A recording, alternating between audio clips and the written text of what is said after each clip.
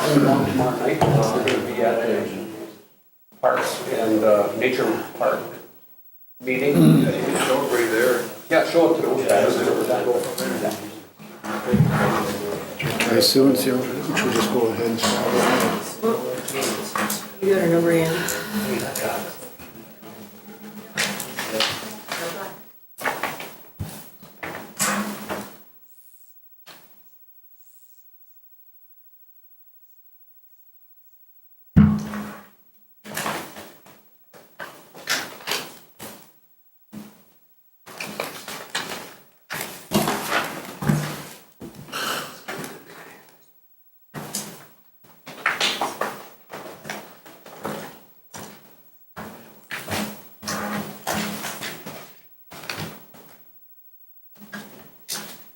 How far out are you?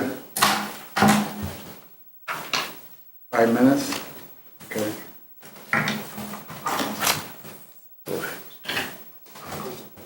Okay. All right. I do by the first round then. Okay, see ya. Everything's go ahead. Let's start it. So we're going to do a movie first, is that correct? Right. Go ahead and, yeah, go ahead and start. Sue's gonna be 5 minutes, so. We should probably do some quick introductions for anybody here that doesn't know who this is. James Monge from the League of Minnesota Cities. He's an attorney with the league. We got Doug Gronley over here. He's also from the League of Minnesota Cities. He was the claims manager. For about 25 years. Yeah. Now I'm in a phased retirement program under PRA and serving in an advisory capacity for the insurance trust.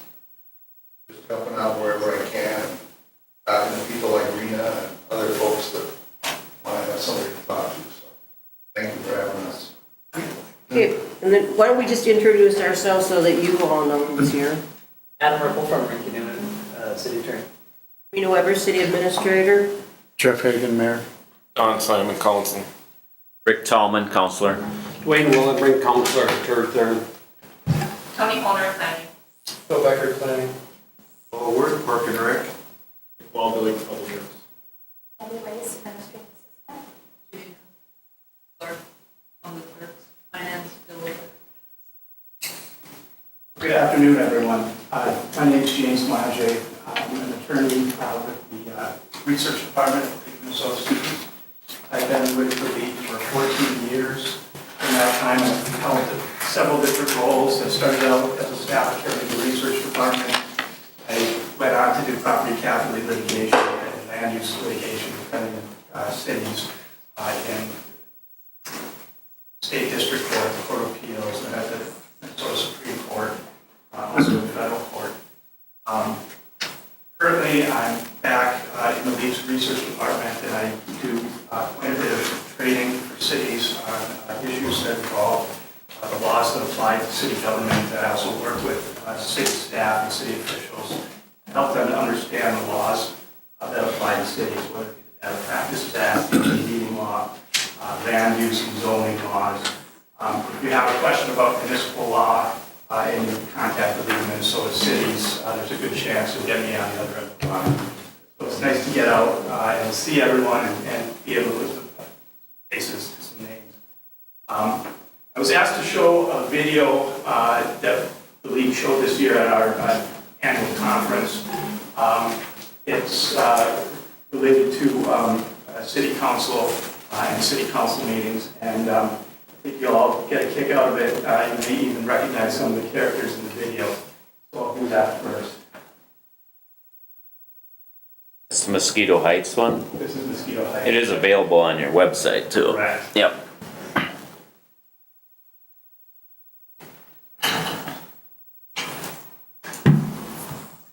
Hello? James, should we get that light up there too, please? This one? Yeah, over there. Let me just get the video.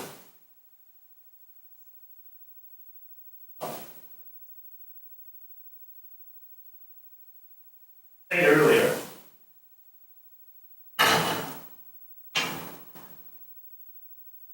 Hello? Hello?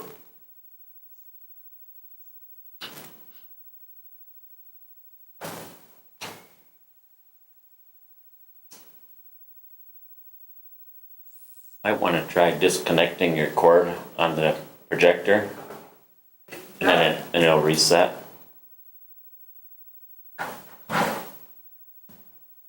There we go.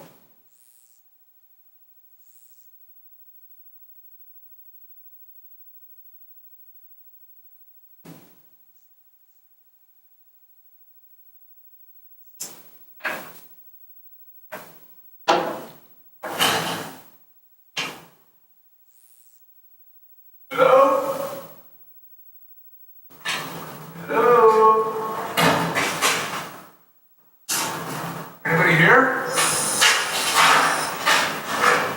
Ready?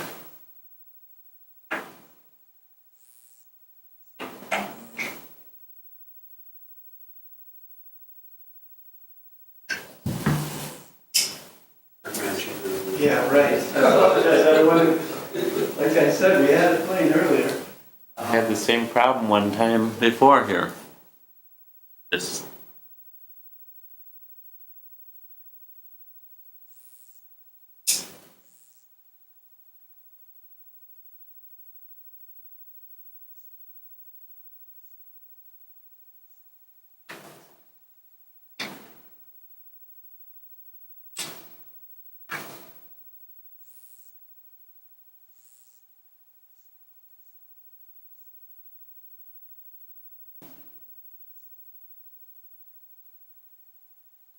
sometimes the projectors have a standby time Yeah. for the bulb.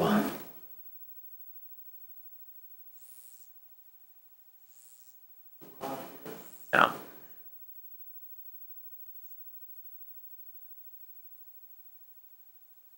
It's starting to come on now.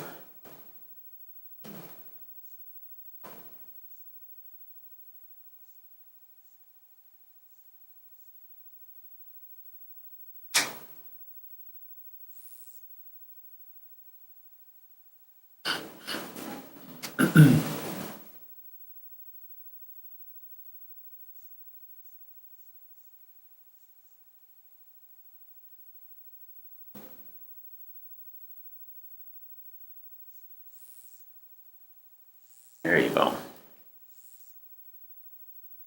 Have to turn it just a little bit to get back on the screen there. There you go. Anybody here? Hello? Hello? Anybody here? Hello? Good evening, Willie. It's good to see you again. Say it's good to see you, if I can see you. That's close enough, Willie. Alright, fine. It's kind of weird. This place is disgusting. I know, it's a bit old school, but it's worked for me since the 70s. The 70s? I was 10 years old in the 70s. Call me a sentimental old fool. Willie, I typically don't do this, but I did tell Mayor Olson I'd look after you. But don't count on this being a regular occurrence. Okay, I get it. I really do appreciate your meeting me, but first, who are you? Who I am doesn't matter. It's what I do that matters. I help cities, Willie. I help mayors and council members. I even help staff members like you. By the way, congratulations on your promotion to city manager.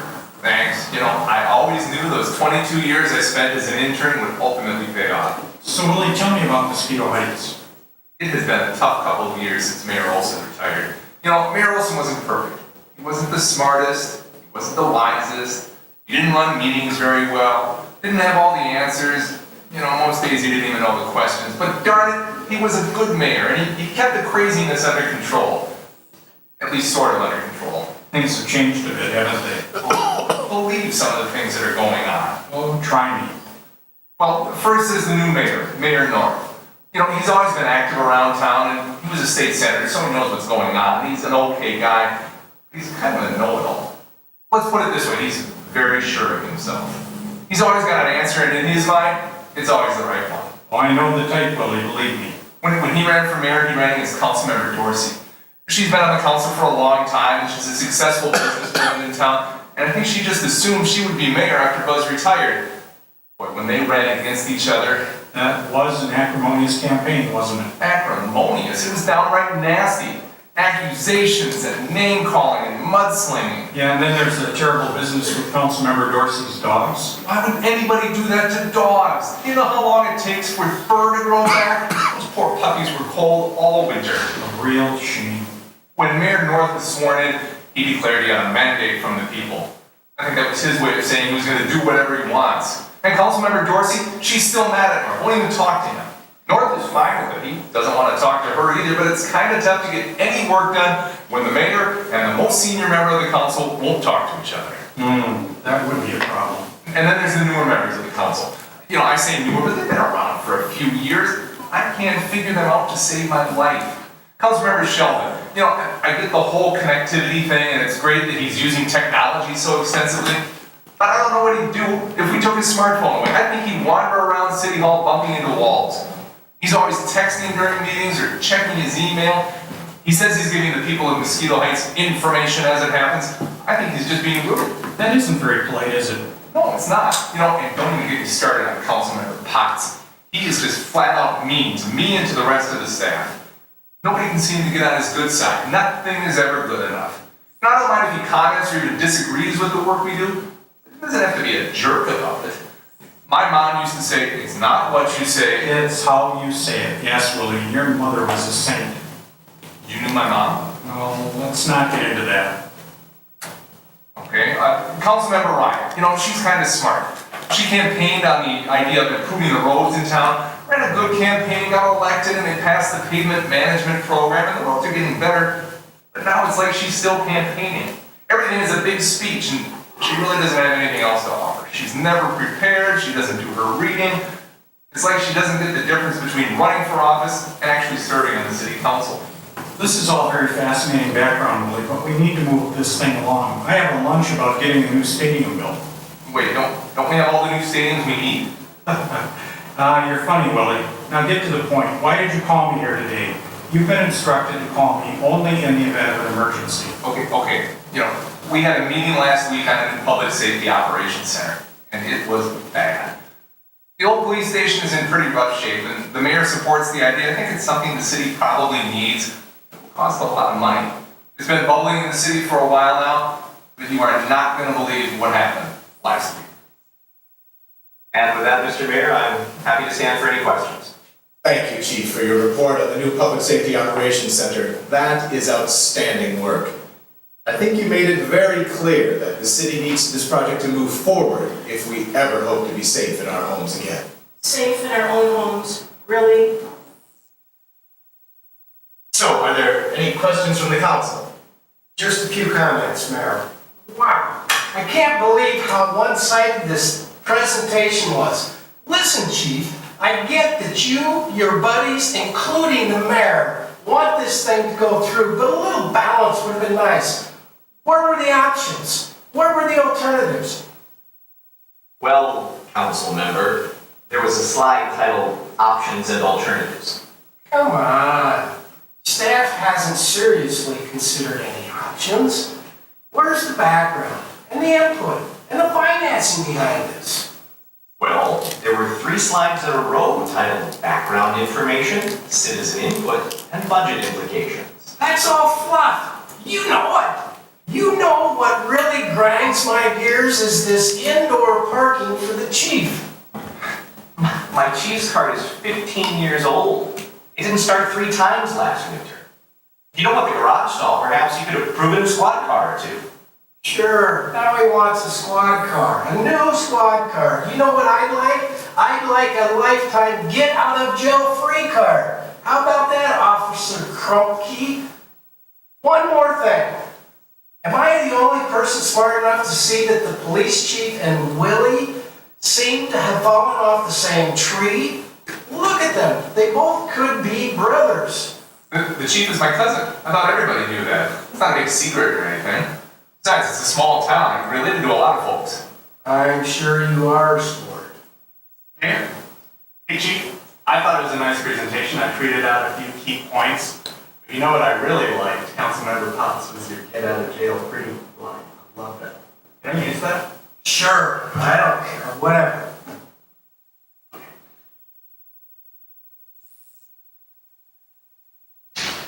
Boom! There it goes. Councilmember Sheldon, do you have a question? Yeah. Well, that's public safety thing that we're talking about. Hang on. Oh, sweet! I just got retweeted by this blogger I know. He's got tons of followers. Do you have a question? Yeah, the location, has it been set? No. As I said in the presentation, the location and everything else is proposed. Nothing is set in stone. No further questions, Your Honor. All right. I am almost afraid to ask, but Councilmember Ryan, do you have any questions? Right, this police thing. Mayor, Mosquito Heights is at a crossroads. This public safety operations center is a game changer. We need to reach across the aisle and deliver a uniquely Mosquito Heights solution. Because children are our greatest asset, and education is the future of America. And I'll conclude by saying this: jobs. Jobs, jobs, jobs. Thank you so much for that. Well, this is a public hearing, so if there's anyone here in the audience who would like to comment, I have you step up forward now and just state your name and sign in, please. Now, don't be shy. That's certainly never been a problem around here. Willie? Mr. Mayor, Councilmember Dorsey would like to speak. Councilmember Dorsey. Thank you, Mr. Mayor. I so appreciate the opportunity to participate. Well, I so value your input. You value my input? You value my input as much as you value driving around town in your Beamer? Pretty fancy car for a career politician. Do you have a question regarding the Public Safety Center proposal? I can't believe that nobody's talked about the cost of this program. A price tag this big? I mean, you'd think it was the mayor's bar tab. Boom! I love that one. Well, since I'm the only one at the table who has any business sense at all, I am going to volunteer right here and right now to value engineer this thing within an inch of its life. Listen, I don't care where Inspector Gadget parks, in his office, in his garage. I just want to make sure this thing is worth it for the taxpayers of Mosquito Heights. Excuse me, Mayor, I hate to interrupt Margaret Thatcher here and cut off this high level of discussion, but I do have a comment. Excuse me. I'll recognize you when I am ready to recognize you.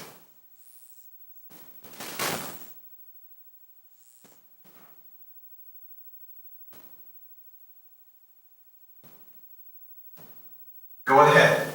Please state your name. Thank you. My name is Joy Ryder. No way. Keep laughing there, Princess. Maybe you should ask your older sister if she thinks my name is funny. I think she laughed at me in Sunday school once.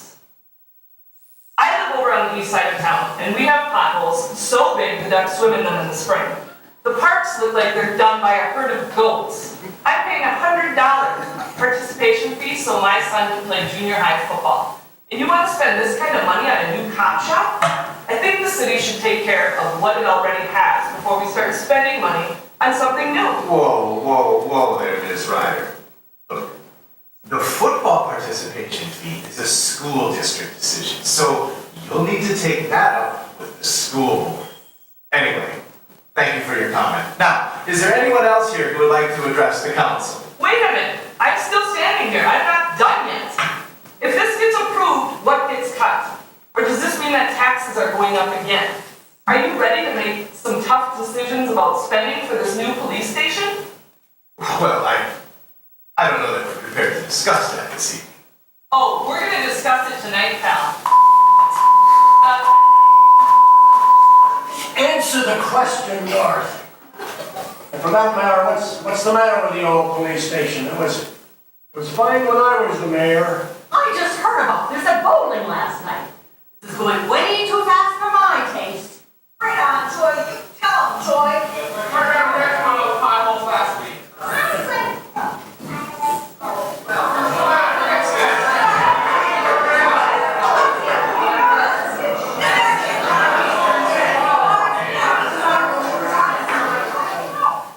You're right, Willie. I don't believe what happened last week either. I think for you to help, you'd have to be some kind of miracle worker. Please, Willie, I've seen much worse. The stories I could tell you. For some reason, people think it's okay to be jerks to one another. But that's not how it should be. I couldn't agree more. There's shared responsibility here, Willie, and that includes you. No, I'm not like Dad and my mom, the saint, raised me better than that. She certainly did, Willie, but here's the thing.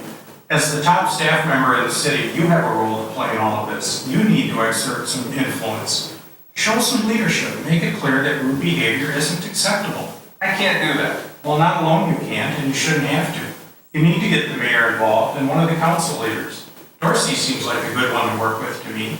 Let them know how you feel and that you need them to help make things better. Somebody needs to be a leader here, Willie, and it might as well be you.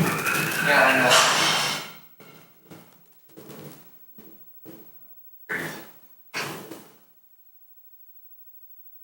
Dear Mayor Norton and Councilmember Dorsey, I'm very concerned with the direction of the Mosquito Heights City Council and the tone of recent council meetings. I need your help. Set the expectation of civility during our meetings. Build a team and support what the staff does. Set aside your personal differences and keep the city. Quit referring to me as sweet cheeks during public meetings. In the end, I know we'll do what's best for the city of Mosquito Heights. Thanks for your consideration. Sincerely, Willie. Sweet cheeks. Ah, sweet cheeks.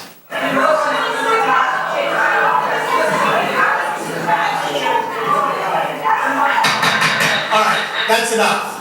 That's enough. Willie, did you have something to offer here? Thank you. Mayor, council, citizens of Mosquito Heights, better than this. The city deserves better. If we can't find a way past this instability, past this general rudeness toward each other, if we can't address each other with respect and offer opinions instead of malice, if we can't simply put our cell phones on vibrate during council meetings, you know what, then we're lost. I've seen this council work through countless issues over the years. This council has tackled tough issues like succession planning, and the open meeting law. We've worked through some sticky problems like where to site a cell phone tower and the Y2K bug. Remember the Y2K bug? This council has done so much over the years that it really troubles me to see everyone acting like this. We can do better. We must do better. If not, then you know what? This city council, this great experiment of local democracy, it's failed.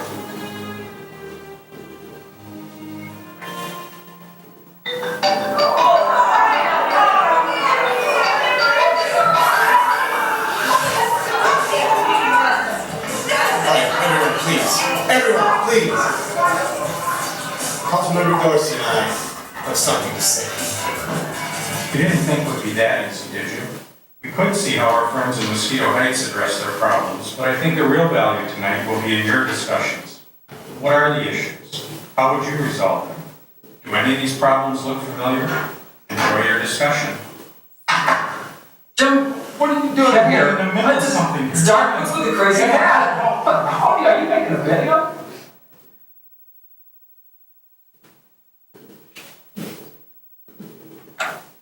Okay, let's talk about the city council in Mosquito Heights. What do you think? Is that going to be a successful council as they're operating right now? No. Vans, anyone think that they're successful as a council right now? Show of hands, how many people think they aren't very successful? Why is that? Why is it that they aren't successful? There's no sense of common unity moving forward for the better good of the city. Right, right. What city business are they trying to accomplish at that meeting? Seems like everybody has their own agenda. Right. So, city business that they're trying to get accomplished is a new public safety center.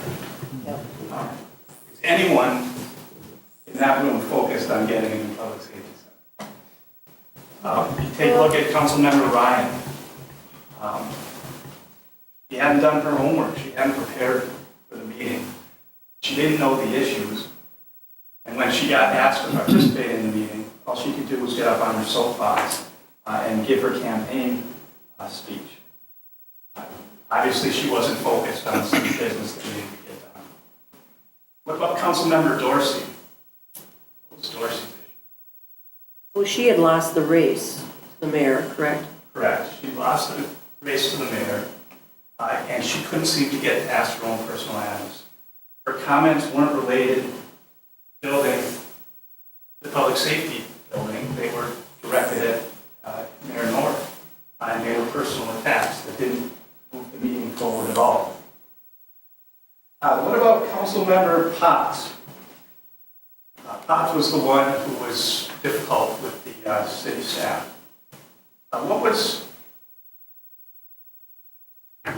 What did you think about how Potts handled himself? Outlived his usefulness.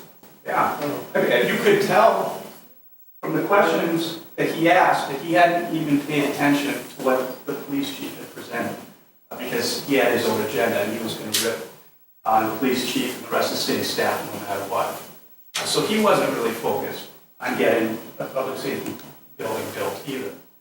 His questions may be legitimate questions about cost and about alternatives, but it's pretty clear that something was clouding and making it difficult for him to focus on what the council and the city needed to do. What about Councilmember Sheldon? He was the techie. He was the techie, right.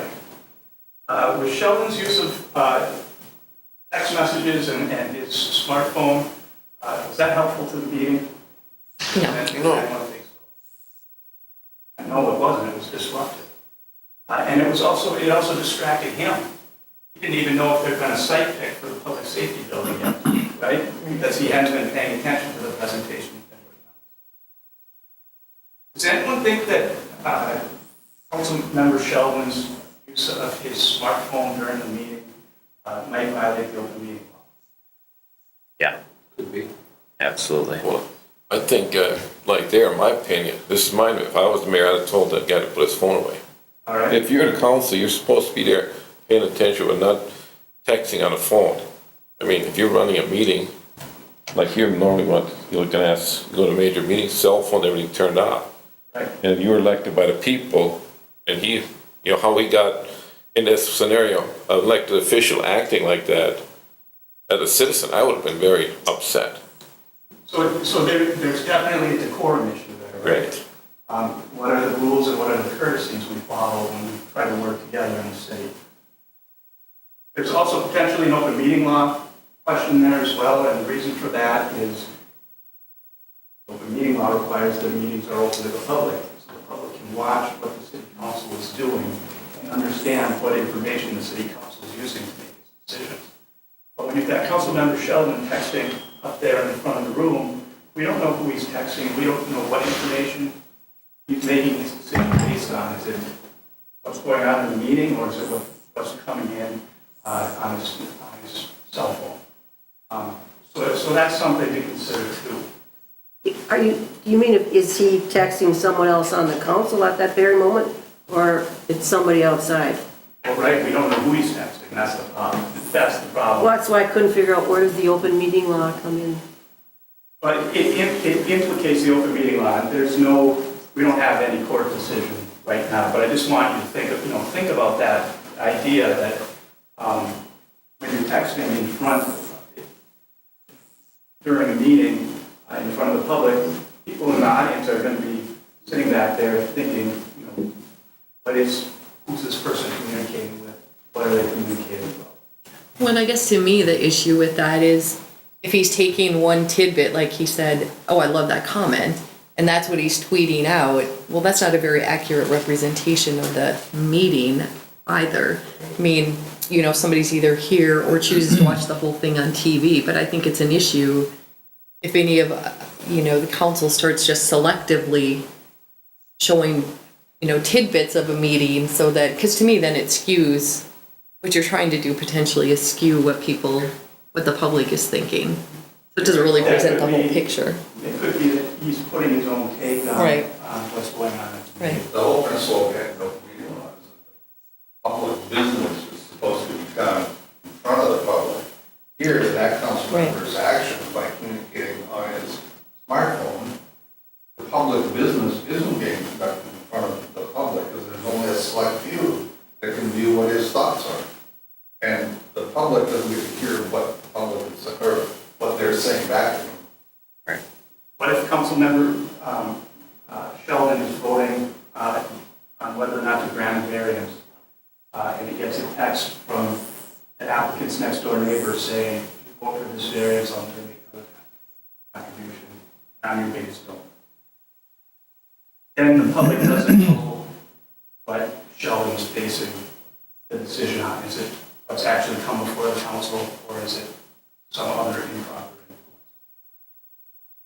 You had made reference that the open meeting law concerns the council, but actually it applies to all committees and all, in all areas, not just council members. Right, and I've got a PowerPoint that I'll do after we kind of finish up with the video. Okay. That gets into the open meeting. What do you think about Mayor North? How did he do at running the meeting? Or, Poorly? What do you think? well, when the Joy had gotten up there, it was pretty rude to say, I'll recognize you when I'm ready. Right, that was Very, very rude. And North had it a few times when he ignored people. Ignored the council member next to him, yes. What do you think about this? There was a statement earlier on that when North was elected, he said he had a mandate from the people, and the city administrator said he thinks he can do whatever he wants. Is that true? Can mayors or council members do whatever they want? No. No. There are rules that Some think they do. There are rules that apply, and they have to follow those rules, and we'll talk about that in a little bit as well. The other thing with North is he just completely lost control of the meeting, right? I mean, that's what the meeting is supposed to do, is keep some semblance of control of not only the council, but also everyone in attendance. You made the statement that it's important that the public knows what basis or what reasons councilmen are making their decisions on. It needs to be public. Is it proper for a mayor or a councilor to request that another councilor explain why they're voting a certain way, or why they're, if they haven't really provided any input, they just say, I'm not voting for this. And it's a decisive vote. Let's say it's a vote that would go either way. Is it proper to ask that the public hear why or why not? Well, I mean, there's no real legal standard for that type of question. That's more of a political question. If council members aren't providing the reasons they vote a certain way, the public might question that at the ballot box at an election. On the other hand, it's good that, city councils need to have a reasonable basis, a rational basis for everything they do. That's the same with the courts of law. So you need to have some reason that you can explain to the court that you're acting reasonably when you make your. So now what I want to do is, I've got a PowerPoint presentation on government and meetings.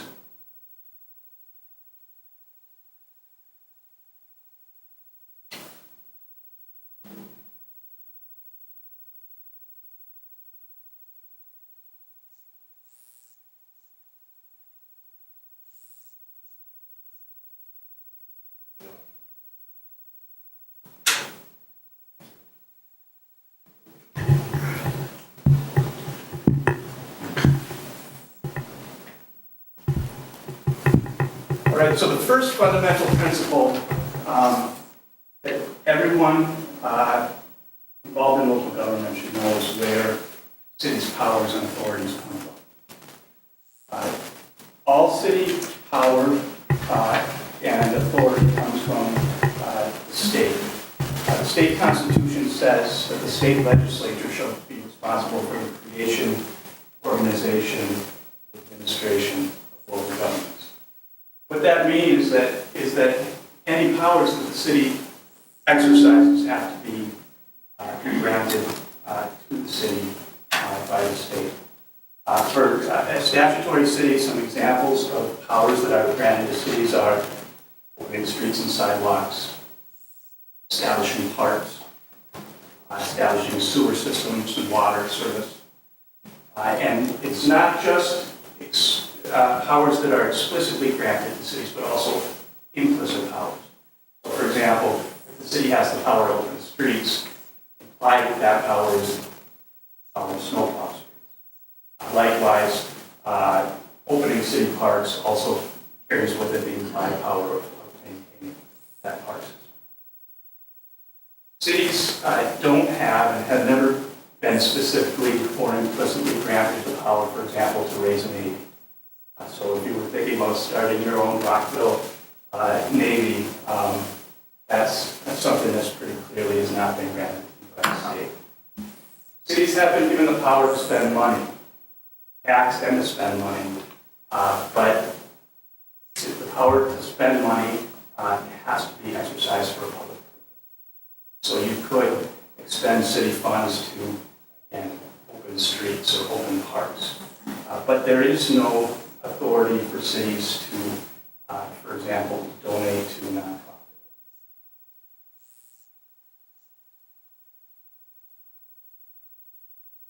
There are 4 types of cities in Minnesota. Standard plan cities have 5 to 7 council members. One of those council members is the mayor. Another council member, an elected official, is the city clerk. Standard plan cities. Standard plan cities were the first type of cities created in Minnesota. There are still about 100 standard plan cities. Statutory A plan cities are by far the most common type of cities in Minnesota. They have a city council of 5 to 7 members, which includes the mayor, and they have an appointed city clerk. Standard plan cities are by far the most common in Minnesota. There's over 600 statutory A plan cities. Statutory B plan cities are the least common type of cities in the state. They have an elected council and also have a city manager who's responsible for hiring and firing department heads, for example. And finally, there are charter cities. Charter cities have their own city charter. City charter is like a mini constitution for the city. It sets up how the city's organized and also what the powers and duties are of city officials. There are about 100 charter cities in the state. Does anyone know what kind of city Rockville is? Statutory. Statutory, it's a statutory type B, Type B. but it is on the records, but it acts like a statutory A. Okay, you just threw me for a loop there. When it was started, Rena, it was a statutory B. So you'd be the administrator, you have all the rights to hire and fire, as I understand it, if we look back at our consolidation. I believe we're a statutory A though. We act like we're a statutory A. Rena always has the council act on in, hiring, firing, all those type of things. I think quite sure on paper we are type A. I might be mistaken, but. You said type B. You said B. Type B, yeah. But acting as A. Yeah. I thought we were. Mr. Ripple will check that out for us.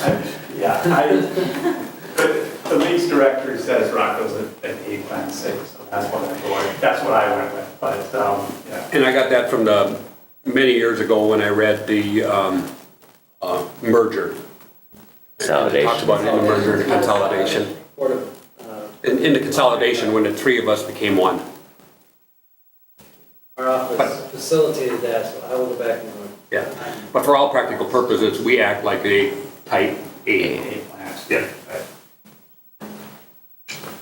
In all statutory cities, the authority of the city is exercised by the council as a whole, acting together. No individual council member can act on behalf of the city.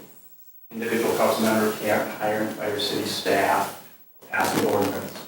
That power has to be exercised by the council as a whole. Under state statute, the city council has powers to control city finances, adopt ordinances, enter into contracts, like city personnel, like committee members, and establish policies and rules. Now, even though the council as a whole exercises the authority of the city, individual council members still have an important role to play. One of those roles is to participate in council meetings and council votes. Another is to educate themselves on the issues. Council member Ryan in the video was kind of shirking on that.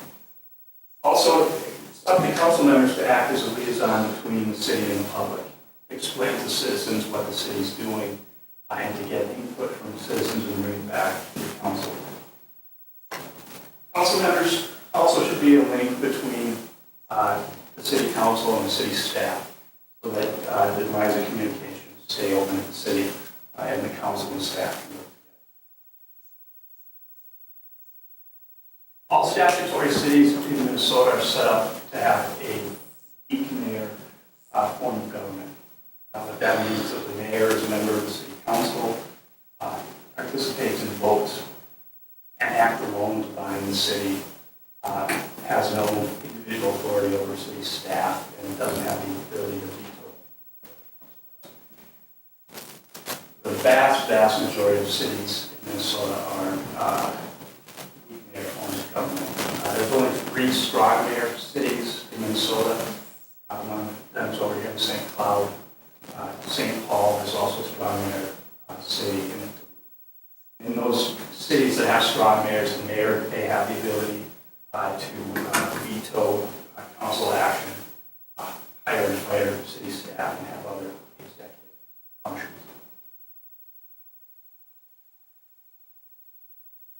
The mayor in statutory cities does have some additional duties.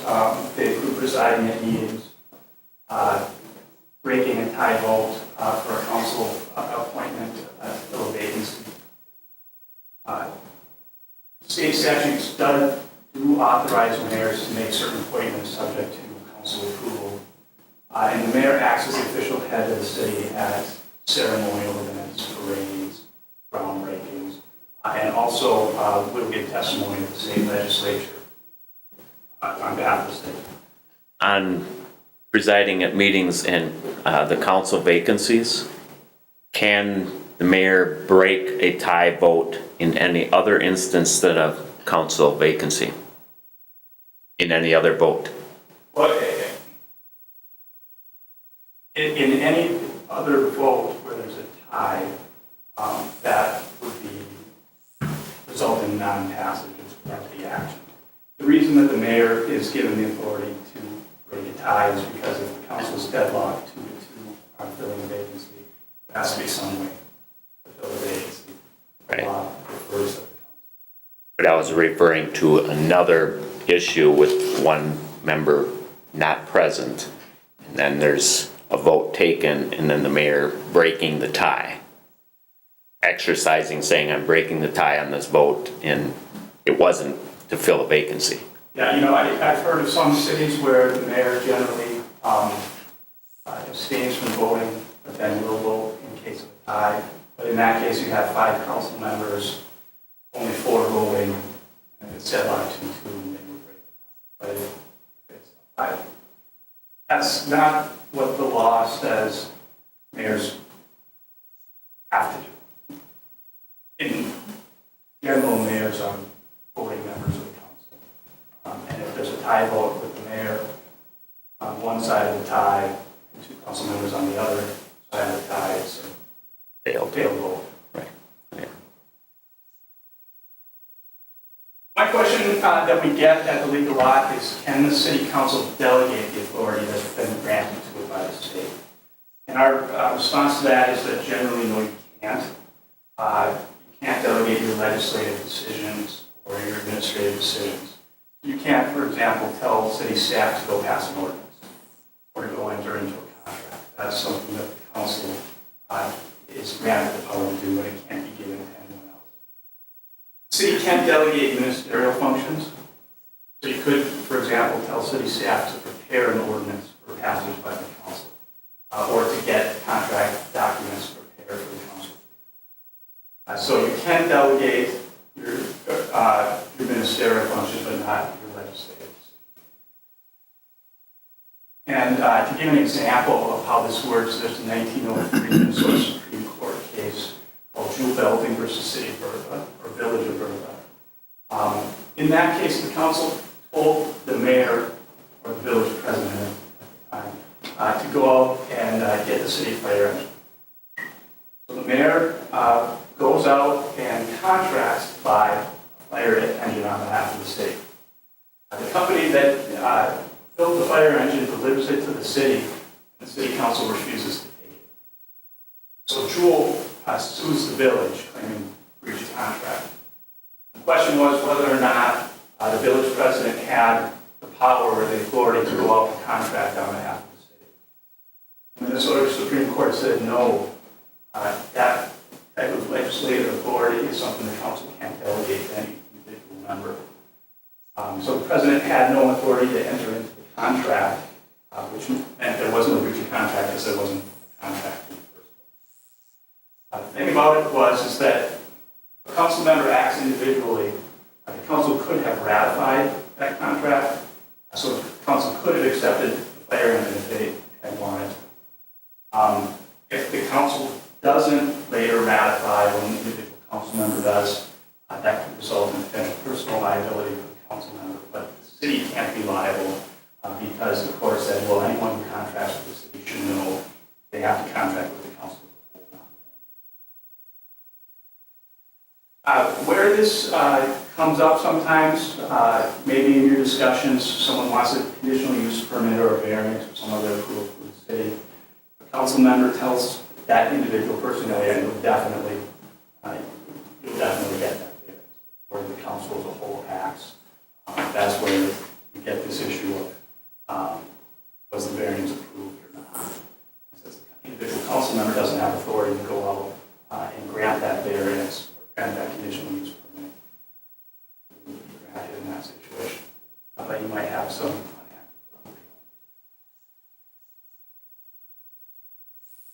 city councils can create advisory bodies. Advisory bodies can be composed of council members, city staff, residents, and even non-residents, if the council chooses. What I'm talking about here are committees and boards and commissions. This doesn't violate the principle of non-delegation because those advisory committees, they're not going out and actually binding the city or taking action on behalf of the city. They simply are investigating and making recommendations back to the council. In addition to committees or other advisory bodies, the city could also assign an individual council member to go out and make research an issue and make a recommendation. Is this just for like specific issues? Because you say advisory bodies, so we have standing committees like the Human Resource Committee and the Public Works. And so are you saying you can have any of these, so you could have residents on those committees, or are those typically council? So advisory bodies are a committee formed for a specific issue maybe, or project? Right, and unless state statute says something about who has to be on the committee, the council has discretion to appoint who it thinks would best serve that role. And to create new advisory bodies. You may have a specific issue in town that the council wants to dedicate either two council members to go investigate or some residents to investigate. And they'll go out and look into the issue and report back. So that you can have an ad hoc committee for a specific issue that arises in the city. Or standing. But your standing committees can also have whoever we appoint. If we actually have it in an ordinance form of what's acceptable in our city, like on the planning commission and on each advisory board, it's actually an ordinance of who can be appointed to those boards. And that's a good point, right? Your city ordinance, state statute may allow more groups of people to be on And those then we're more committees. restrictive. And the ordinances could be more restrictive.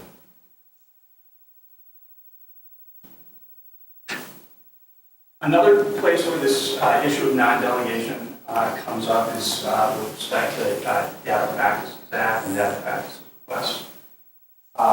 Since an individual council member has no authority to act on behalf of the city of their own accord, when they seek data from the city, they need to go through the same process for requesting data as any other citizen would, with respect to access to public data. With respect to private data, we sometimes get questions about can the city council or an individual council member review personnel files. The rule there is that the only people in the city that can review private data are people who have a work assignment that reasonably requires access. Council members' job duties may reasonably require access when they're acting as a whole and they are doing performance evaluations. Otherwise, an individual council member is not authorized to access private data unless the council authorizes them to for some work-related purpose. I'm assuming if a council member accessed private data, there's a confidentiality component then to it. Well, the expectation would be that you're not turning around and going out and sharing this correct. publicly. It's still private data, right? I'm thinking you're probably gonna touch on it, but there is a distinction on private data and what private data is actually public. Are you getting into that part? Because not all, just because you're personnel of the city does not mean all of your data is private. There are certain things that are public. Right, to answer that question, the presumption under the Data Practices Act is that city data is public unless a state statute or federal law makes it private. With personnel data, that presumption is turned on its head. Personnel data is classified as private data, except for certain things that the statute says are. So, for example, your work telephone number is personnel data, but it's specifically made public. That makes sense, so people can contact. The reason I'm going into this issue about role of the council versus role of individual council members and this idea of non-delegation is because there's a personal liability issue here. When council members act within their role as council members, they have certain protections that apply to them. One of those is official immunity, which protects actions you take within the scope of your official duties. So, for example, if you enact an ordinance, official immunity would protect the council member from individual personal liability that would be related to enacting an ordinance. Also, when council members act within the scope of their authority, state law requires that the city defend and indemnify individual council members. But there is no protection if a council member acts with malice, that's with bad motive, or bad faith, or acts beyond their authority. So you lose those protections if you go out and act in your individual capacity beyond the scope of your role as a council member. Can you give an example of that? An example of acting beyond? Yep, just real broad. Fire engine, contract over Well, right, the fire engine example, where the individual council member. Can you act with malice in an official capacity and still lose your protections? The question is can you act with malice in your official capacity? So, yes. And lose your protections? Yeah. We see that occasionally in accidents involving police cars. High-speed police car chase, police officers generally acting within the scope of their job duties may be entitled to official immunity. But if the officer was engaged in a high-speed chase without their lights and siren activated,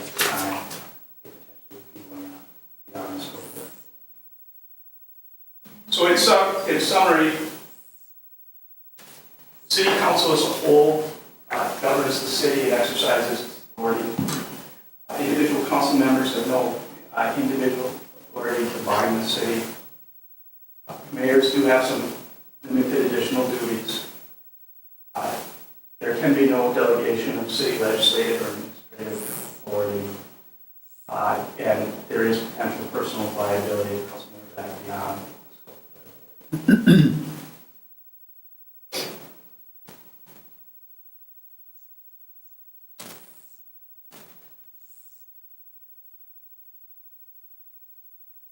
Okay, I'm going to change gears a little bit here and talk about city meetings. One thing you do as city council members and city staff members and commission members is go to meetings, so it makes sense that we talk about the open meeting law. The open meeting law is codified at Minnesota Statutes Chapter 13B. It provides that when a public body meets, it has to provide advance notice of the meeting. And it also has to allow the public to attend the meeting. There's an asterisk there by attend the meeting because sometimes there are exceptions that allow city councils to close meetings in certain situations. The idea behind the open meeting law is that democracy works best when citizens are involved and can see what city government is doing.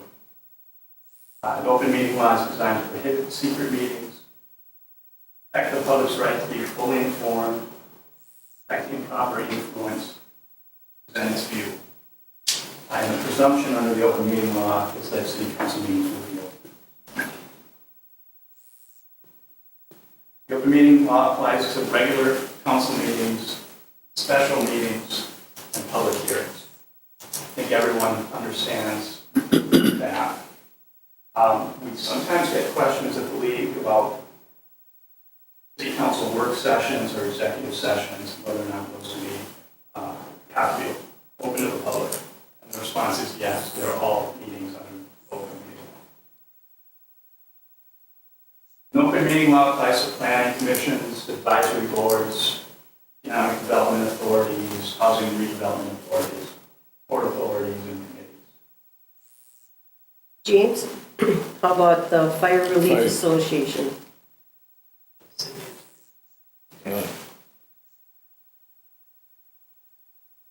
How about a fireman's meeting, monthly fireman's meeting? Okay, let's Yeah. talk about those two kinds of meetings.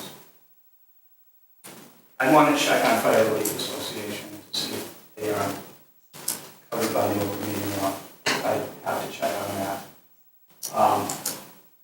Department meetings, of course, if held or not, subject to the open meeting law. So the city staff meetings, you wouldn't be able to get anything done if the public is sitting on every city. Those would not be subject. But he was asking about the fire department meeting. Your monthly meeting. Fire department. Monthly fire meeting, we have a monthly meeting, we discuss, go over calls, et cetera, what we want to do in that, you know. Are you asking if that's an open meeting or whether you can have a majority of the council there? No, I'm just like, we're posting, you know, now everybody's putting that this posted as an open meeting or public meeting. Okay, well, I think to answer the specific question, check with the city attorney. Okay. But city departments, fire department, if it is a city department and not like a nonprofit fire department that serves the city, would be a department in the city like any other, like the public works department or parks department. That is correct. The Relief Association is not the, not the fire department. It isn't the members of the fire department, it's a quasi governmental entity. A retirement and. Right, it's all together, right. So don't treat them the same for. Right, I understand that one. Yeah, there's the fire department and the Fire Relief Association are two different animals, even though they have some of the same. What we're trying to get at it, the fire department meeting is on our regular list of meetings that is approved in January for the whole year, okay? And then a meeting gets moved 2 weeks up. Now that becomes a special meeting that requires notice. Well, he's saying no, his No. department It's a meetings don't fall department. under that. Fire department would not No, be under that. they're employees of the city. Correct, they're city staff. Public allowed there though? I've been on the fire department 35 years, and we might have been on the council meeting. I've never, sometimes a citizen will come there because they had a concern, they had a question of the fire department, but never, has there been basically citizens there to, we've changed meetings because of the holidays or something, and never had to put any posting up. So that's what I'm saying, it's the fire department really is city staff, technically. It's a separate department. So what I hear Rick saying though is the fact that it's published on a calendar, so maybe it just shouldn't be published on the calendar. I mean, because if we're taking that to mean that somehow it becomes an official meeting. I don't think the fire department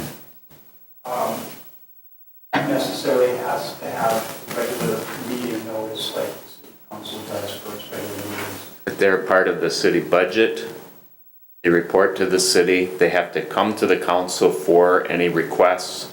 So it is a part of the city. The fire department is a part of the city, it's a department of the city. Yes. Like Yes. administration or public works. Correct. Right. The fact that the meeting gets posted on the calendar doesn't automatically subject it to open meeting law. I think that's kind of a question. Right. Yeah. Yeah, so, I mean, I'm sure you can put other community things on the calendar, it doesn't automatically make those things subject to open meeting. Easter egg hunt, all those type of things. Park and Rec, they make recommendations to the council, and they have situations out there. And we don't have public notices requirement. I have oversight of that committee. So a fire department would be like any other staff situation, as I understand it. That's, Police department, public works. and we, I do have a question though. If we have, so it's a fire department meeting, if we have 3 council members show up at the meeting, does that create an issue? I'll tell you, my conservative advice is always to post it anything where you're gonna have form of their council show up when they may talk about personal or city business. Or better yet, we just make a practice that we don't have more than a If they're quorum just, show up. if there's, I was just asking. if there are 3 counselors that show up to observe, and typically, if 3 counselors or any number of counselors wouldn't be at a fire department meeting to conduct business, they're probably just there to observe. that's correct. And can 3 or 4 or 5 sit there and observe without, as long as they don't? If you have a quorum of the council, it qualifies as either like the open meeting law, even if you're only Observe. getting information and the conservative advice is you might as well just post it. Okay, is there a requirement that department meetings be open to the public? No.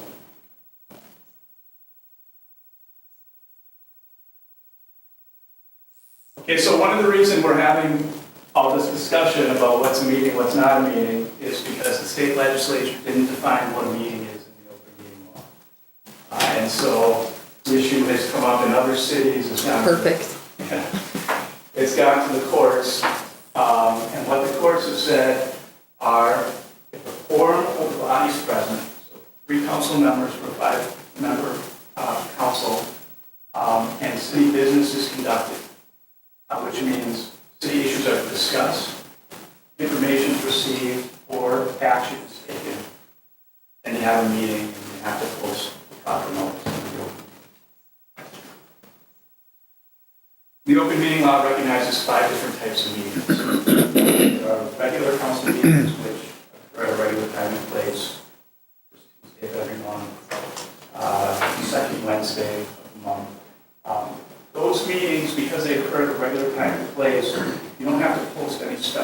notice for those meetings, because the public knows that they occur at the same time, every period.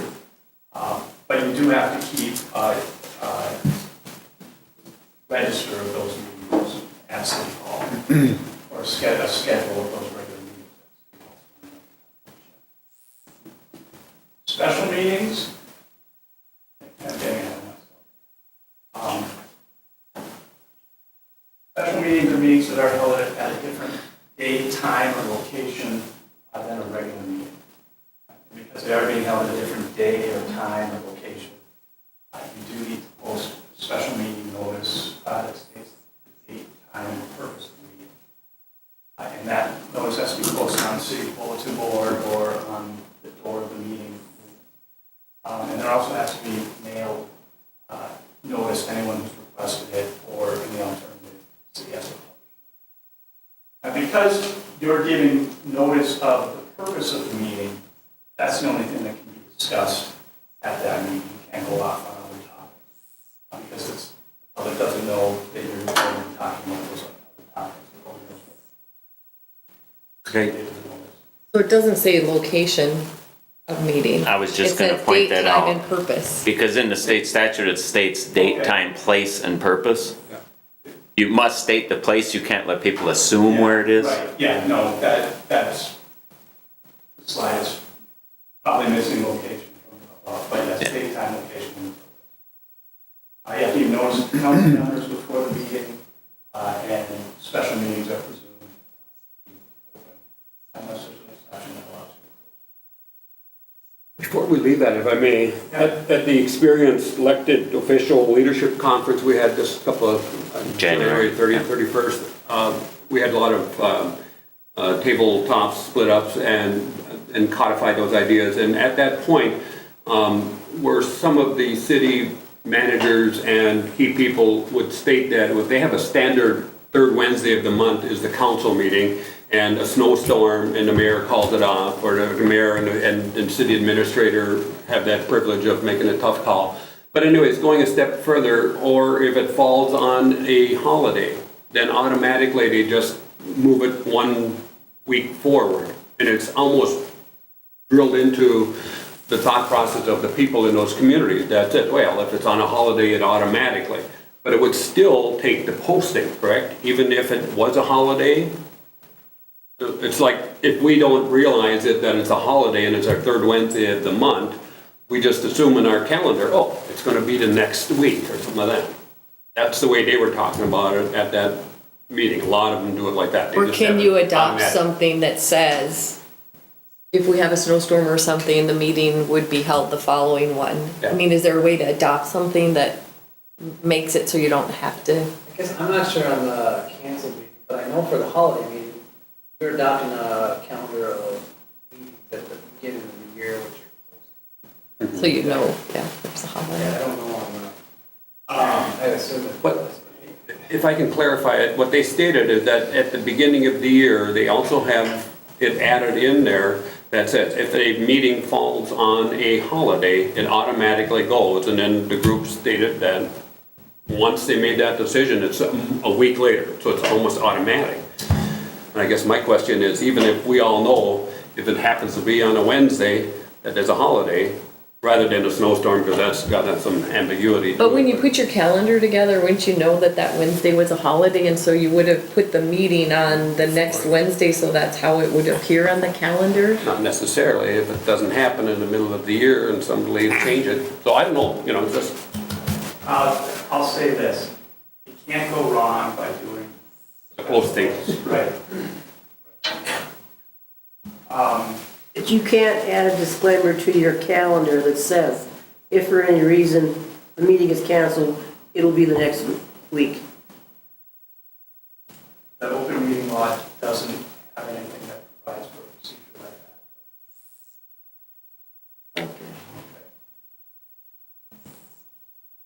that. Emergency meetings are special meetings that are held because the matter requires immediate consideration.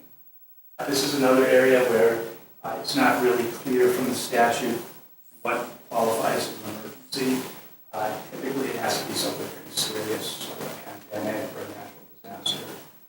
times when I've seen emergency meetings called are, for example, years ago, there was some really bad flooding up in the Loop, in some of the communities around the Loop, and they were a disaster area. Emergency meetings to address the flood damage. Also down in the southern part of the state, there was a serious ice storm that caused a lot of damage that trees and city property, and they called it an emergency meeting. Because it's an emergency, and it's assumed that you need to meet quickly to take action, publish and post notice prior to the emergency meeting. But the city does need to make a good faith effort to notify the media that the meeting is going to take place. And emergency meetings are presumed. When the council continues the meeting, it doesn't need to give additional notice if the time and place of the meeting is established at the previous meeting and reported in the meeting minutes of that meeting. Okay, so let's talk about closed meetings. There's a procedure involved in closing a meeting. The meeting needs to start out as an open meeting. That's so the council can put on the record the specific statutory authority for closing the meeting and the subject to be discussed. So for example, when I've closed meetings in the past, I've put a statement on the record or have the mayor put a statement on the record that we're closing the meeting pursuant to Minnesota statute section 13B.05 subdivision 3, the attorney-client privilege to settlement negotiations, litigation strategy in the case of Smith versus. Yeah, it needs to go on the record a lot of times. Did you go back one slide?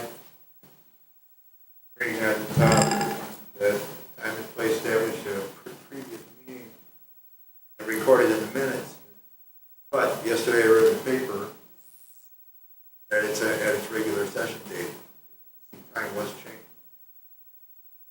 How do we handle something like that? I'm sorry, you get the question again, or? We changed the date of our meeting for this month. Okay, because of the Easter situation, we put on the event. So we're going to gather on Friday, and then that's recorded in our minutes. Which, It doesn't matter. This says for continued meetings. Are you talking about a department meeting? Yeah. Or? Yeah. That's why it doesn't matter. You don't need. Well, the problem is I read in the paper yesterday, I think it's going to confuse the public. It's still an open meeting. Well, It's recorded as is going to be this Thursday. right, but Paul, that's not coming from an official or representative of the city, it's from Tootie. She does the rural writing for the paper. I have no control over I don't that. understand the situation. He's so- talking about. The meeting was, it's Park and Rec, and the meeting was supposed to be for tomorrow night at 7 o'clock. It's always, Always first always Thursday. third Thursday at 7 o'clock. Well, they decided not to have that meeting because on Friday night, all of the same people are going to be going that typically go to those meetings are there to do a work for the Easter egg hunt, and that's on on Friday night, a day later, right, Paul? And so I think what I sense Paul is asking, by the letter of the law, are we abiding it, or the same people are going to be there? Should that have been notified, and it's only a decision that was made a day or two ago? Skip the Thursday meeting. No, it's recorded in our. But the minutes showed it that it was going to be on Thursday. Yeah, let's save that one and let's take it, yeah, let be after the presentation. Yes. It's not, if that's Tootie's column in the newspaper, and it's not city, it doesn't come from the city, it's not an official. Well, I'm wondering if there's going to be a public complaint if somebody shows up there Thursday because it's read in the paper. It's an accurate information. Yeah, Not an issue? that, like I say, I don't really understand the situation, but I don't want to go too far off topic right now. But maybe city staff can work that out and discuss it. So closed meetings, again, have to start out as open meetings. You have to explain on the record why the meeting's being closed. closed so the public has a chance and an opportunity to know why the meeting is being closed. Generally, closed meetings have to be tape recorded. The exception is attorney-client meetings. Meetings are closed to the attorney. Certain meetings must be closed under state statute. Meetings for preliminary consideration of allegations or charges against an individual subject to public body's authority must be closed. The reason is at the preliminary stage, you don't want to ruin a staff member's reputation with an allegation that's public. So you can hold those preliminary meetings to assess the situation in a private meeting. You have to. The only exception is if the person who's subject to the council majority requests that the meeting be open to the public. And once the council has made a determination that discipline is warranted, all future meetings have to be open. Also, meetings where certain sensitive data is discussed can be closed. That would include medical and health data, certain educational data. But you have to make sure you're complying with the statute.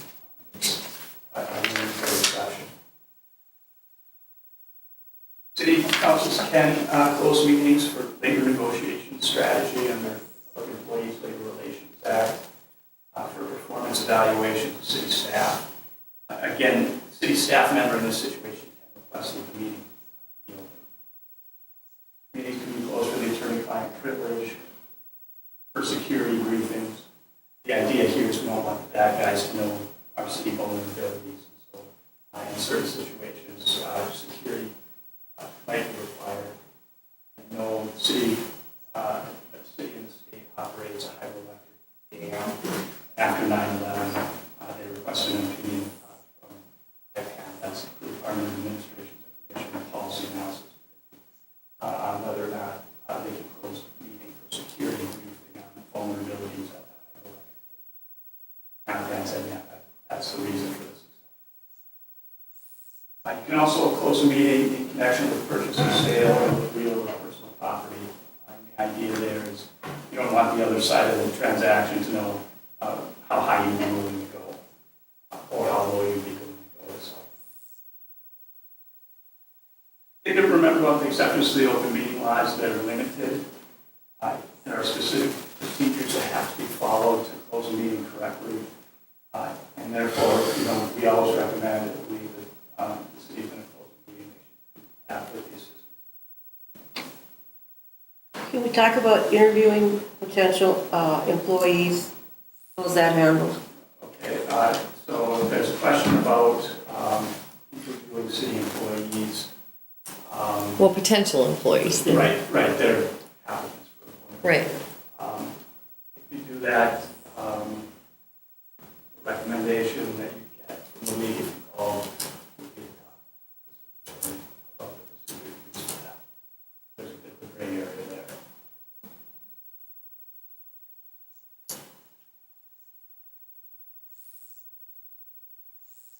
There are some common concerns that come up when we talk about the open meeting law. They include chance or social gatherings, training events, pre- and post-meeting discussions, serial meetings, and electronic communication. Chance or social gathering occurs when a quorum of the council shows up unexpectedly at the same place.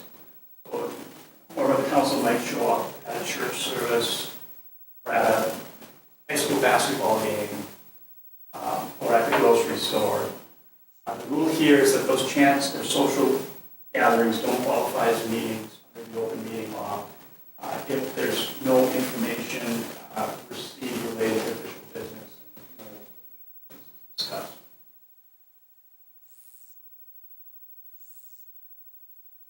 Bringing to another area that we sometimes get questions on, the open meeting law doesn't apply to training where it's general in nature. It doesn't involve the discussion of city business. So if a quorum of council members wanted to come to the League of Minnesota Cities to get an elected official or experienced official training, that would not be considered a meeting under the open meeting law, provided there's no city business discussed. That would be during the session, bring up issues related to the city, and during breaks in the hallway, no discussions.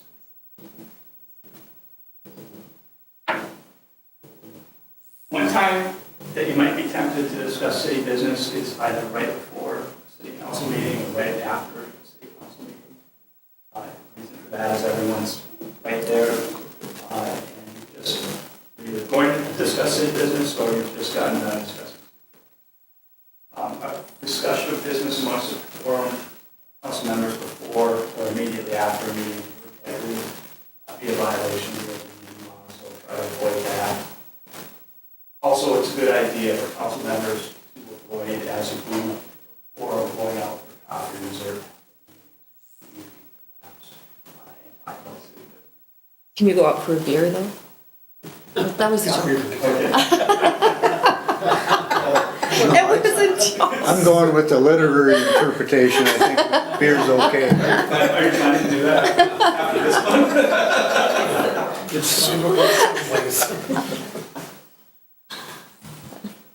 one? Another concern we have is serial meetings. This is a meeting that never involves a quorum of the council in one place at one time. But what happens is council member A says to council member B, I think we should approve this variance request. Council member B says, yes, I agree, this variance should go through. And council member A says, why don't you go see what council member C thinks about that? So B goes to council member C and says, listen, council member A and I both think we should pass this variance, what do you think? Council member C says, yes, I'm going to vote for it too. See what happened there? We have a quorum of council members all meeting, not all at once, but forming a decision outside of an open meeting. So that's problematic. The courts have said that doing that type of serial meeting, fashion agreement on an issue, done intentionally, could be a violation of the open meeting law. And that includes committees such as EDA, Planning and Zoning, Park and Rec, same situation, correct? Yeah, open meeting law applies to all. Serial meetings. Right. Serial meetings can occur in a number of different ways. They could occur by U.S. mail. They could occur by walking quorum, like I just described. Email, text messages, social media are rife areas for violations of the open meeting law. A couple legislative sessions ago, they did pass some limited exceptions to the open meeting law for social media. It's not altogether clear what they cover. But so you understand, there is an exception that allows some use of social media. But it hasn't been tested in court yet. That's right, it hasn't, that's why letting you know what's there, I'm not going to interpret that one. Electronic communications are places where it's really easy to violate the open meeting law, either unintentionally or intentionally. Some examples might be where the city clerk emails the agenda and council packet to all the council members. That's acceptable, iPad said that's acceptable. But if one of the council members reads the packet and then picks up an email communication and hits reply all, then potentially you have a violation of the open meeting law because the entire council is now been involved in communication. Another area would involve serial emails where one council member emails another council member emails another. That is a potential problem too. So what I want to make you aware of is that really be careful and mindful when you use electronic communications. And I've heard one person say city officials should avoid replying all of that. It's part of our topics of discussion here, but we don't have city emails. Okay? So we're all using personal emails, which are public data then, if we're discussing city business. how does the public get that? If you're a city official and you're discussing city business, it doesn't matter if you're using your cell phone, personal computer, your private email account, secret server that was created by the Secret Service. There may be some arguments to be made, but I think you should assume that those are government data under the data practices. Do you think it'd be a good idea to have city emails and the city business be conducted on that so that our personal emails don't have to be gone through to see if there's city business? Yeah. That's a policy decision that the council has to make with the guidance of the city attorney. I can tell you I've been involved in lawsuits where discovery went into home computers. So it's certainly a concern and something. That's not to say that an individual council member who someone might claim was having discussions that violated them. That doesn't protect them from having their personal computer search. We have a city computer system. Someone is writing a Right.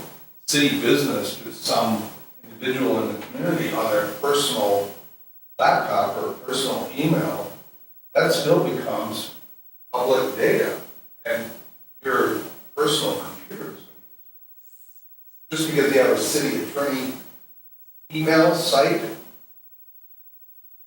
still doesn't permit you to type city business on your personal email and then say it's not subject to the open meeting or to the data practices law. Right.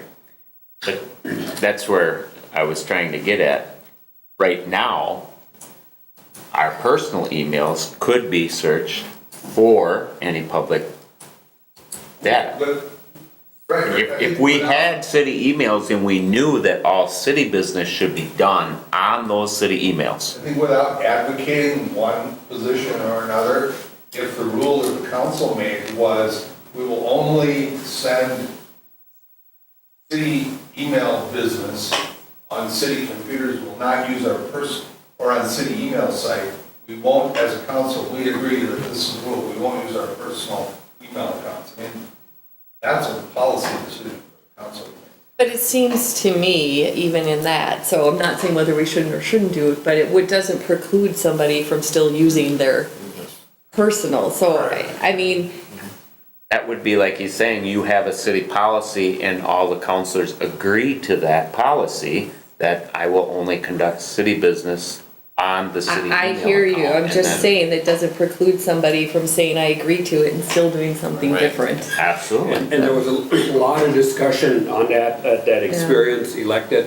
And those are communities that are probably more advanced than we are in our IT world, and financially they're a lot more stable or something like that, but there was a lot of discussion at the experienced elected official meetings about how they do it. And that meeting was before the Hillary Clinton debacle thing came along, and we're not here to debate that issue, obviously, but.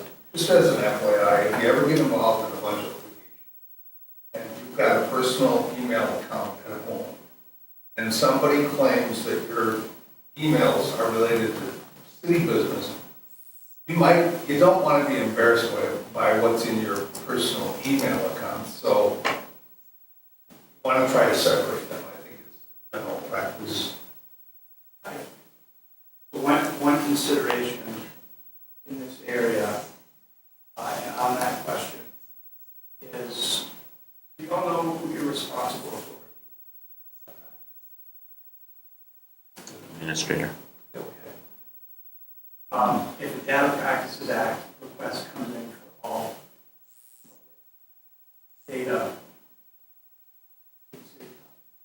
council member emails, that request goes to the responsible authority.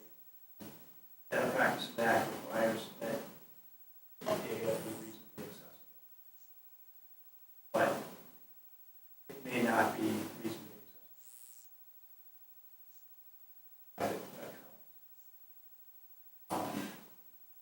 That the city administrator Has there been rulings on that particular issue? Yeah, there's an iPad, that's the information policy analysis administration may issue data access opinions involving the airport authority, I believe. They did city business devices, on whether or not provide that information. So they did issue an advisory opinion? There is an advisory opinion. Advisory opinions don't necessarily have to have presidential purpose.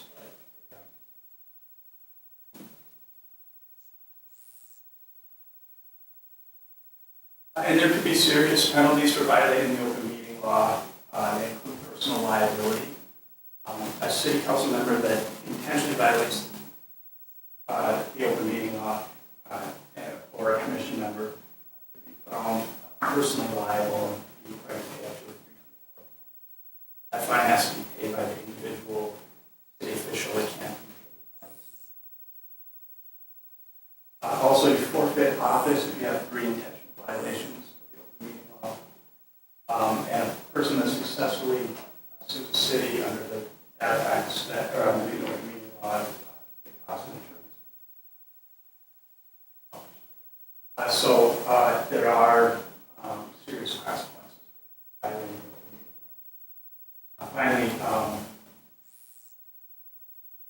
the council action that takes place at the improper meeting or meeting is potentially subject to invalidation. So here's a checklist to help follow the open meeting law. First ask, is the group subject to the open meeting law? City council or a committee or board or standing commission, the group is likely subject to the open meeting law. Then ask yourself, is this a meeting? The quorum of our members going to be present? Are we going to be doing so? Question under 2, did both of them have to be present or either one? So in order for it to be a meeting, there has to be a quorum. And city business being discussed, they would generally both have to be present. That goes to the chance social gathering. Where you Right. So if you have a standing committee for human resources and it only has 2 council members on it, but it's a standing committee, it handles all the human resources issues, and they hold their regular meetings, they don't have to be open? I want to say that's a great area. There is an attorney general that says standing. Okay. So you use the other terminology, you use advisory body and ad hoc committee. Are those all interchangeable for the same thing, or is it just how you define the purpose of that committee? You can say an ad hoc committee is for one issue only. Let's just say it's for hiring a public works director. And they want to hold their meetings as many as they need to. Those don't have to be necessarily open as long as there's not a quorum. You just put 2 counselors and maybe have a staff person and maybe a resident on them.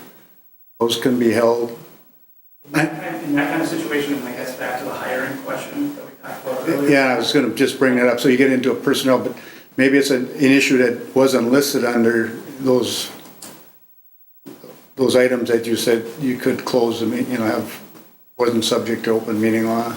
Say it was, and I can't think of one off the top of my head, but let's say there was an issue. I'm not trying to sidestep the question. There are parts of the open meeting law at edges that are subject to interpretation. The presumption is meeting should be open. So if you have a question about a specific meeting like that, Well, then Adam, as long as you're here, then we do have, we had a Public Works Committee meeting where we had actually 2 committee members were at the meeting. we had two other council members attend, one as an observer and one that was also there, but he was contributing to the meeting. And my question is, can that happen? Is that allowed? Yeah, I mean, that's any specific situation. There was like 4 council members in that meeting. Is that That's something that. It was posted. Outside of this. outside of this? Well, What kind of, this is where I thought we should get to this. This training is general in nature. And what I can't do is apply the law to specific facts. I can't give, that's legal advice. That's something. I'm just not inclined to get an opinion off the cuff without getting all the facts. It was a posted meeting. Yeah, it was a posted meeting. It was posted to the public. Well, but then, No, it quantifies who makes, I think what Rena is getting at is the training I got recently is that facilitator makes the determination who it is from the public. If it's a posted meeting, will they allow public input or will it be a meeting only after public input and then they may, and it was a planning, public works meeting. 2 of our members, our council members that are seated, happens to be a multitude of people that were at the meeting, happen to be 2 additional council members. And the question I think that Rena is bringing up is in the, who has the right to make that, and we have input from the public. And it's the facilitator that has that right that determines and sets the rules. If they do it beforehand, that said, we're gonna allow up to 2 minutes of debate or 2 minutes of input or something like that. I think that's what Rena's getting at. And that's a good segue into Okay. my next set of slides on conducting meetings. State law says that how you conduct meetings is left to the discretion of the city. Different city councils may do things differently. Some may allow public comment at the council meeting. Others may not. Some may place time limits on the amount of public comment. Some may not. The fact that you do things differently is okay. Council has to figure out its own procedures and figure out what works best. So we sometimes get questions at the league about whether or not the council should adopt rules of procedure. Our answer is generally yes. There aren't default procedural rules, the council has to adopt them. Some councils adopt Robert's Rules of Order. The thing about Robert's Rules of Order is they're designed for larger legislative bodies, and they're formal and complicated for a city council. That's why in the league's handbook for mayors, we have, for example, procedural rules that work for smaller bodies like city. Whatever rules the council decides to use, they should.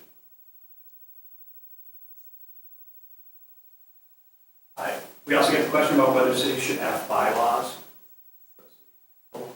Our answer is generally, again, yes.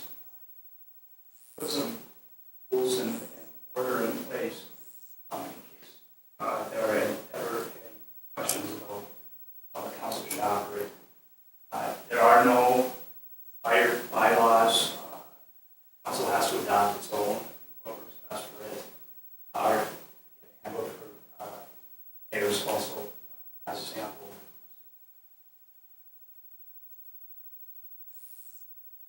I also get the question, do we need an agenda? Nothing in state statute requires the city council to have agendas every meeting. It's a good idea, probably, to have them. It helps the council stay on track and keep order. The special meetings are giving, again, notice to the public of what's going to be discussed at the meeting, stick to those topics. Same with emergency meetings, be held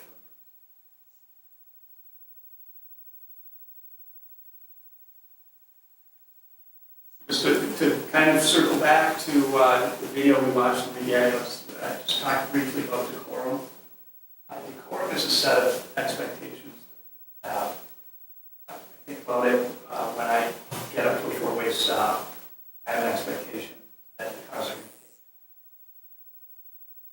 take.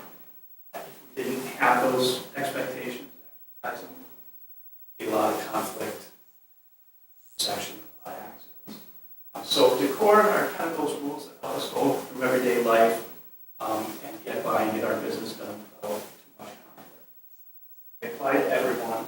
They apply to the council. They apply to staff. They apply to the audience as well. And then those rules of decorum need to be enforced by the meeting chair. I have a question that, you can't be wearing two different hats, or can you? Can you be a council member at one point and then be a citizen at another point? Wayne, that's what I'm asking for you. You need to excuse yourself from the podium and you walk out here and you address the public as an individual so that everybody knows that you're speaking as an individual rather than in a council action. That's what they do, some training. Your question raises a lot of issues. I don't think I can get to them all. I mean, all council members are citizens of the city. And there may be times when council members have business that needs to be conducted in the city. We need to avoid any conflict. But there's so many different situations where that can arise. I can speak generally to it. I can't answer a specific question. So this kind of goes back maybe to the other one. I get what you're saying about the rules for public input, but say it's a planning commission meeting and we have council members who come to the meeting and then there's often open or public input at planning commission meetings and a council member gives their input at a planning commission meeting and then the issue is going to be discussed at the next council meeting. Is that acceptable? Again, I mean, there's a lot of gray area. I think we need answers from Adam. I mean, because these are realistically things that happen here. So, to not know, it sort of leaves it like, is it okay or not okay? Right, and that is why you have the city attorney, is you need guidance. Who's there to give it? Some example rules of decorum are ways to be recognized by the chair before speaking. Otherwise, everyone's talking over everyone. We saw that. Refrain from using offensive words, threats, or objectionable. That wasn't helpful in the meeting. Also, it's not persuasive. Not listening. Try to avoid those. Stay on topic. Guys, your meetings are long enough without off topic and talking about tangents. Try to stay on topic.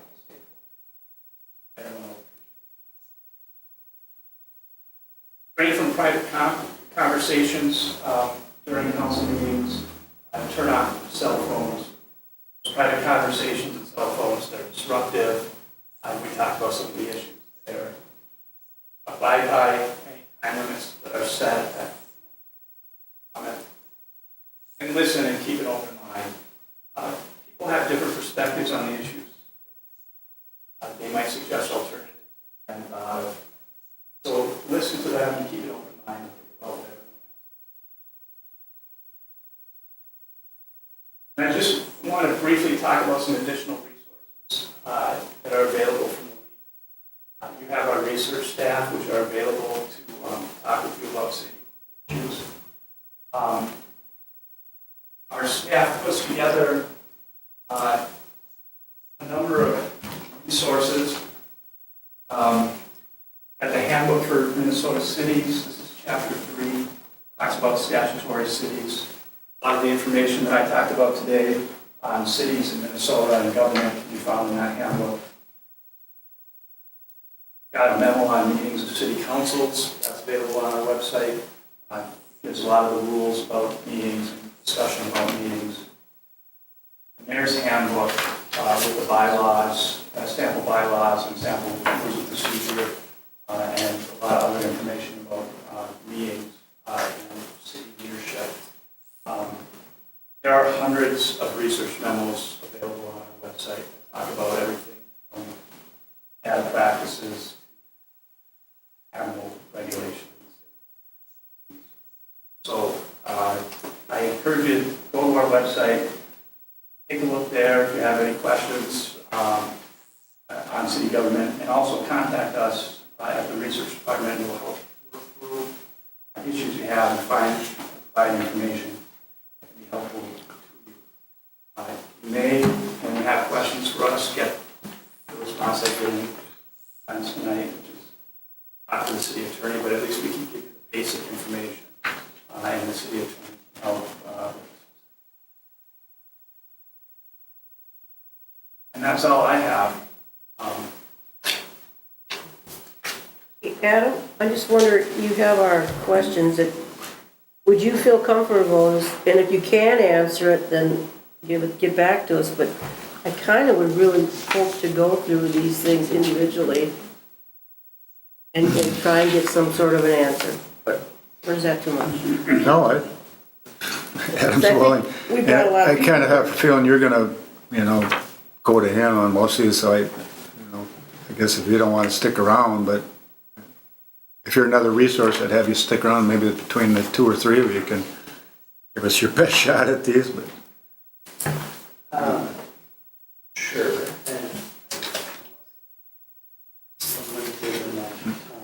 Okay. But, some of these, it's just not enough answer. Let's maybe talk about some of this ability stuff.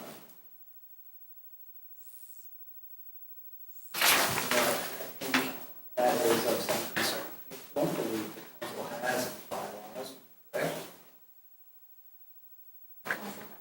Yeah, I think we do. Code of conduct, Bylaws? or like a code of conduct? Yeah, Well, sometimes they're standalone, sometimes they're more. That set expectations that the council has for each other as we conduct our meetings. I think that is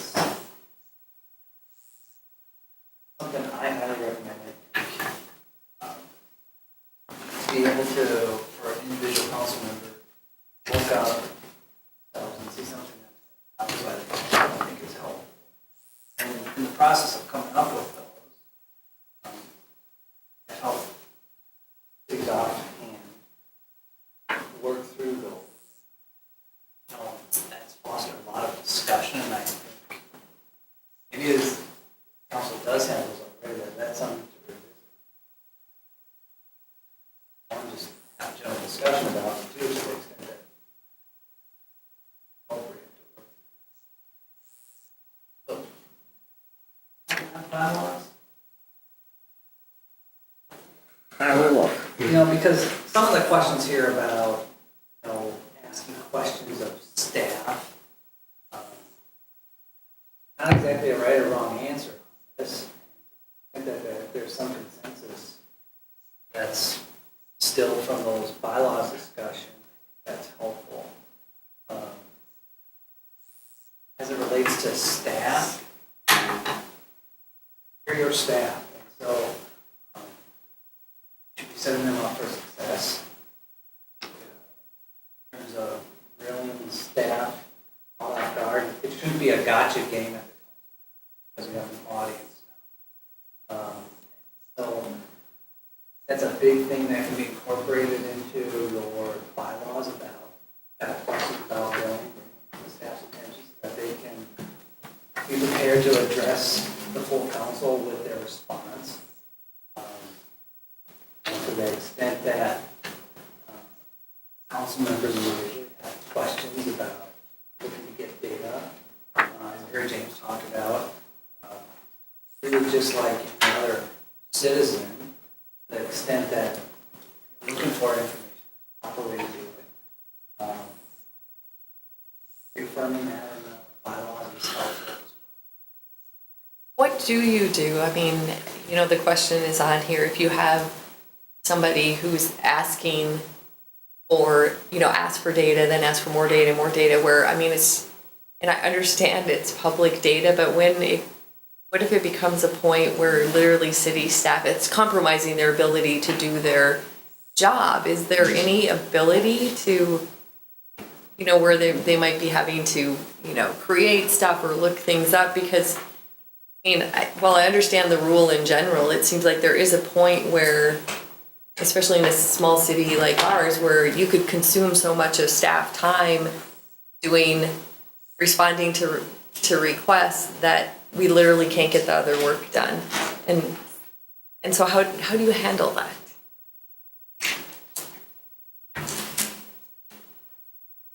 I personally think it comes through a discussion at the council level and setting expectations that the council has for itself. Staff doesn't get to be an arbiter of what's too much of a request, and really the council doesn't either. I was premised on that. This is providing information to the public. And so it falls on council to have those discussions with each other about, or help to serve the purpose of city residents, and that there is a way to do that that's a better way to allocate city's resources through your staff. That's got to happen at the council level. Well, then how about the time that we were contacted by a person from Goodhue County asking specific information? This person's not even a taxpayer. I understand they have the right to request, but how much do you You'll have to do? respond. I mean, there is a very high threshold of what is, you know, the city doesn't get to decide whether it's relevant. Plus, you have an obligation. Doesn't matter where they're at. I mean, That's right. No, I mean, if the person, maybe in Russia, it doesn't. right, exactly. What's the threshold for prioritizing city responsibility, staff responsibilities relative to responding in a timely manner? What is generally considered providing a timely response? Who's requesting and what data they're requesting, if it's subject to the data they have. Isn't it the statute 10 days? where they must be provided that, and they're not the subject to data, it's just a reasonableness. So I would be making an effort to provide that, and usually a good way to demonstrate that you are making an effort is if they've requested 10 things, that as you're getting them, you're providing them. Demonstrate that you are trying to respond. One of the questions that I've seen over the years is the ability of the city to ask that they be more definite in what they're looking for. Somebody sends you a data practices request that says, give me all information about sewer plant. Well, how far do you back do you want me to go? What kind of information are you looking for? It could be volumes on a particular topic, so you can, I think, Yeah. counselor, ask them to really define their request. They don't have to, is always the rub, but generally, people have something in particular.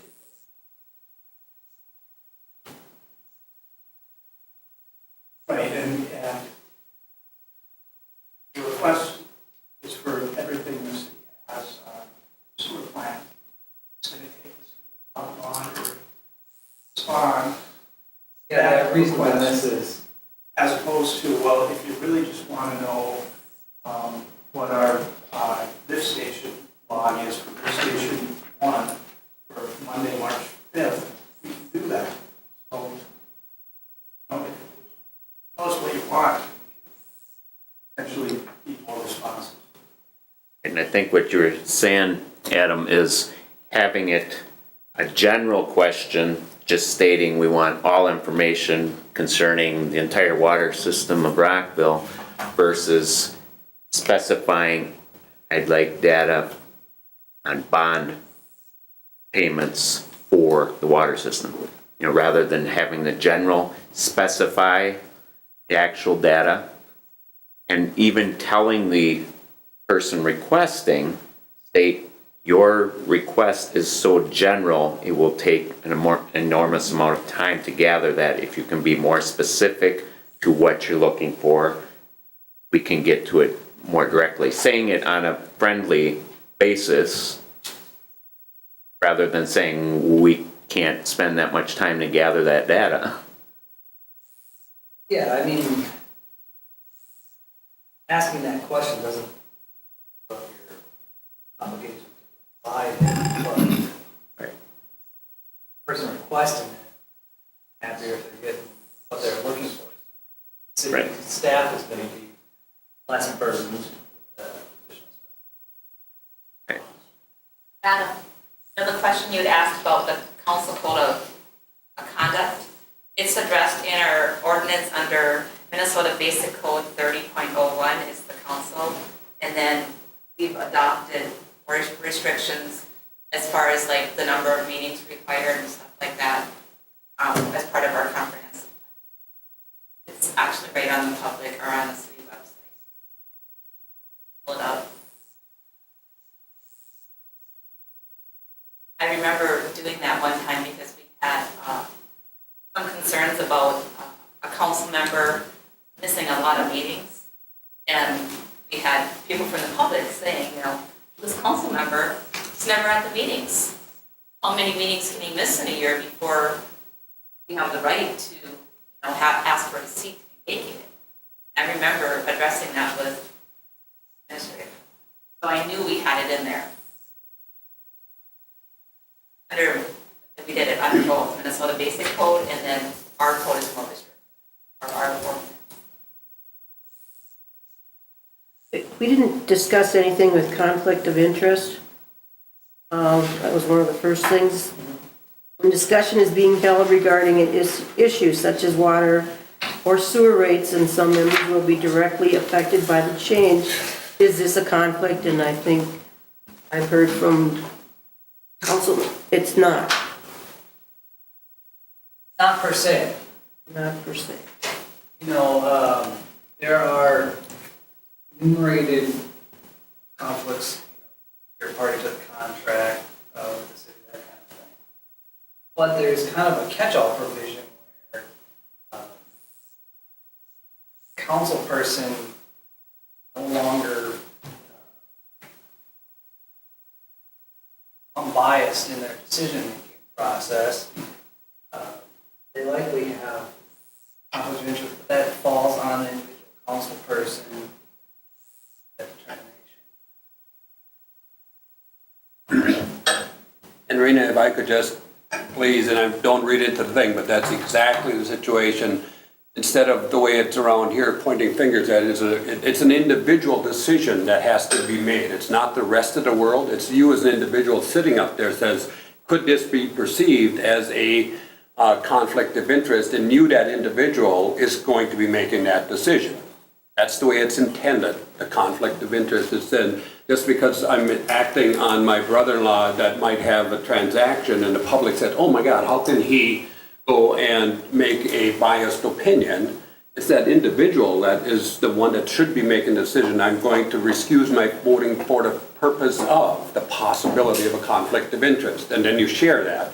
And then the public generally said, oh, that's why, you know, because he's related. If there is this potential for perceived conflict of interest, though, at a minimum, you should be disclosing that. Yes, you should. By some discussion of it.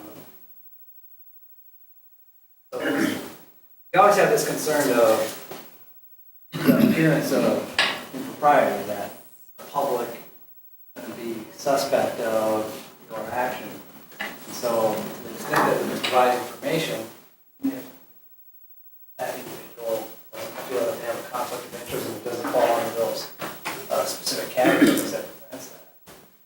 prime example, if I may, city of Cold Spring, all of the council members live inside the city or something like that. And if they were going to go in and have a water rate that they were going to go and put out there and deliberate, if they weren't allowed to go, even if they own that house that they're on or that building that they're at, they have to be allowed to be able to make that decision, irrelevant if they are an owner of that house or that building or something like that. In Rockville, we happen to have some people that are on water and some of them that aren't, you know, or something like that.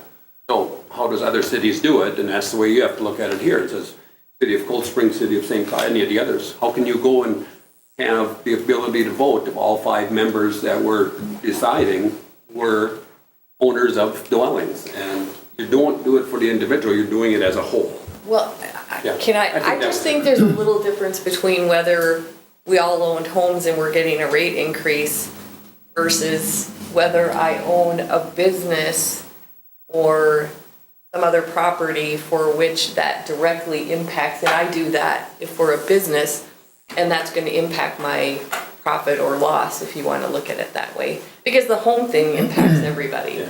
So I do think there's a difference, at least in a perception, whether you wanna say real or whatever, of whether it's, so I think that changes it from being sort of applied to everybody to potentially differentially impacting.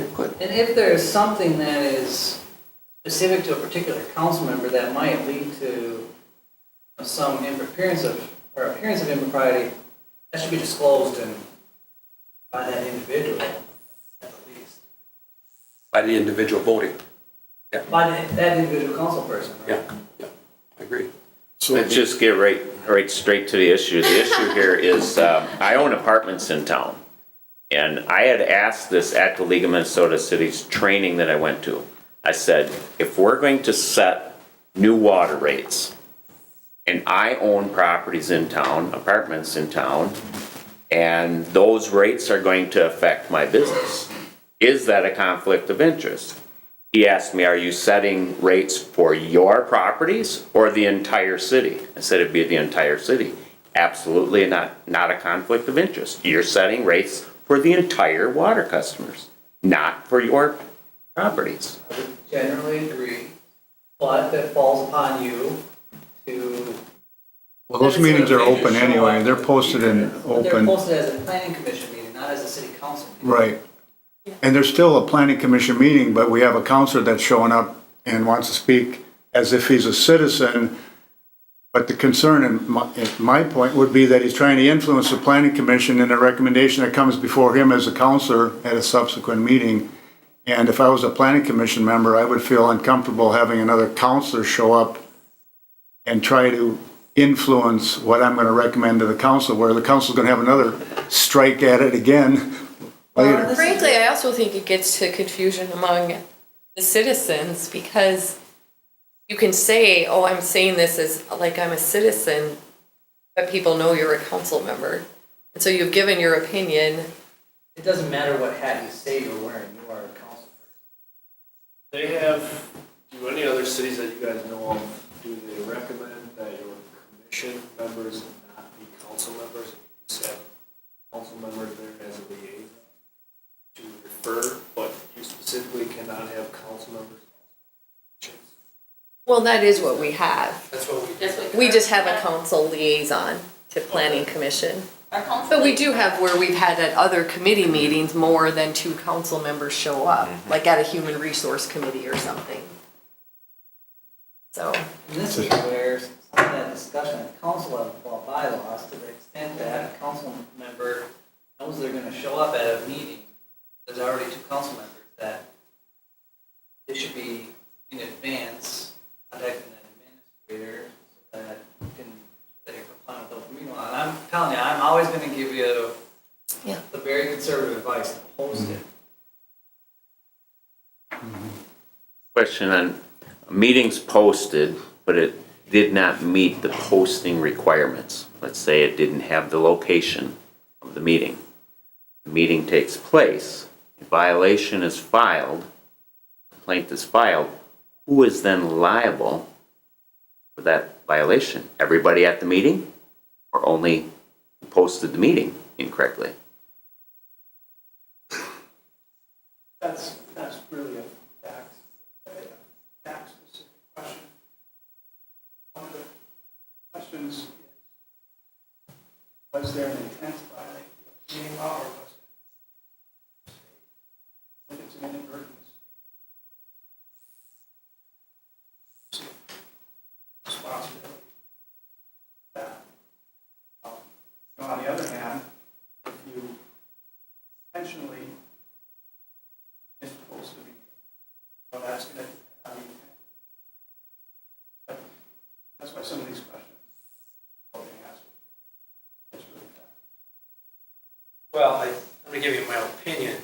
We have people that are going after the city for every nitpick thing there is in the world. And I think that's one area that they look at. Just to be exactly, you have to do it to the T of the law. Can't be accidental mistake, you know? Just opinion. I just want to put a plug into the lease thing. Last time the lease came out. Ago, an article in there, part of, like, there's an article that Jim Miller wrote. And to me, it's all about good governance. It's a one-page article. It's a wonderful read. It talks really about the duties of a council member aimed to the public at large. And I mean, it's just good for you to read it. It's worth the 15 minutes. Kind of makes you think about a lot of the kinds of questions you guys have been asking. And I guess what I would hope it gets to the civility question is that I would hope that people would take something like that and presume that it was a mistake, not the other way around, that it was an intentional. I could see if it happened over and over and over or something, but, you know, I think things happen, we're all human, and I think we could presume the best of each other instead of assuming the worst, and it feels like sometimes that's what happens. Nicely put.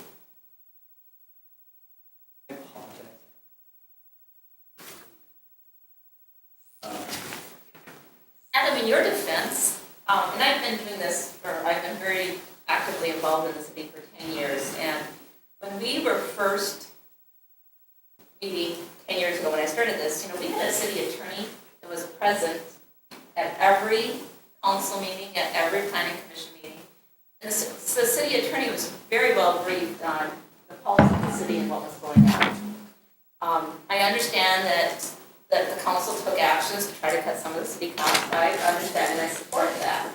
But in turn, what we need to do is we need to support city staff who, and then, in turn of all of this happening over the last, 5 to 10 years, have taken on additional duties and are trying to kind of make up for not having that resource that they were used to having. So I think instead of being a council and a planning commission and all these departments that like to just blame one another for mistakes, I think that we're doing our city a disservice by putting everybody down. We need to start lifting everybody up. And we're going to start to have a better city when we can start doing that. And it's got to start with our staff, because I can see that they're stretched. I mean, we expect a lot from them. So I just want to tell you in your defense that, I know, I was here when Cole was here at every meeting. And so it was very easy for him to keep track of these questions. So I just wanted to say that. I think that... maybe that's a question. I think that... Do most cities have city attorneys at their meetings? All of the other cities regularly. Not every meeting, but. And I can tell you, I go to city meetings in St. Augusta, I've gone to city meetings in Cold Spring, and they always have the city attorney present to bounce questions and act as a resource. I think that that's something that our city didn't probably really think about in great detail when we made that decision.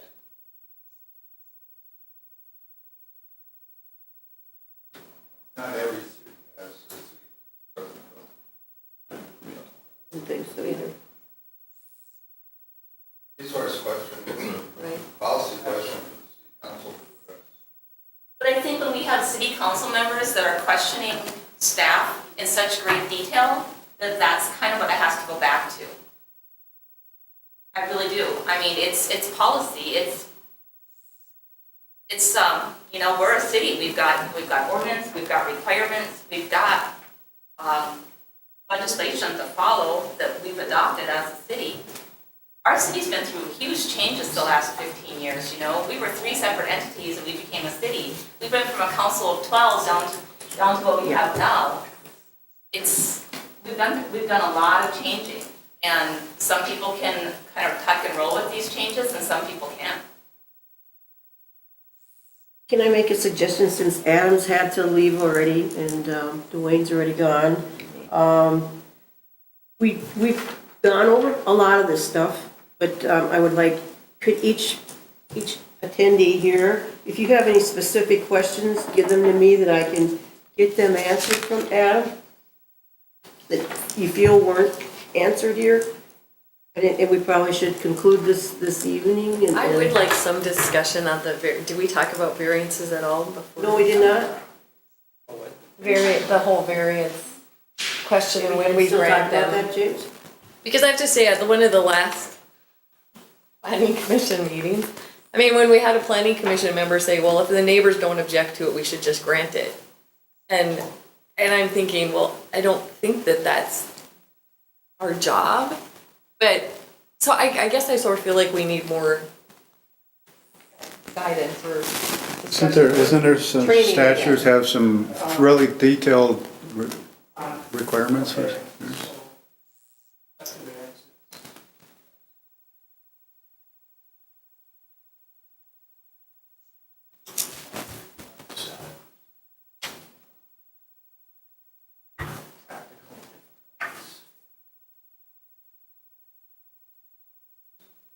That's the standard. Different standard that the city. Okay. That's the standard that you have to apply. I think the related question about if we're granting variances all the time.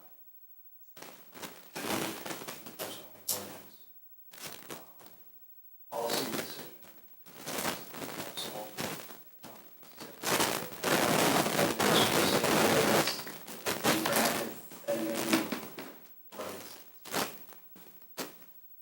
That's not related to the standard, that's related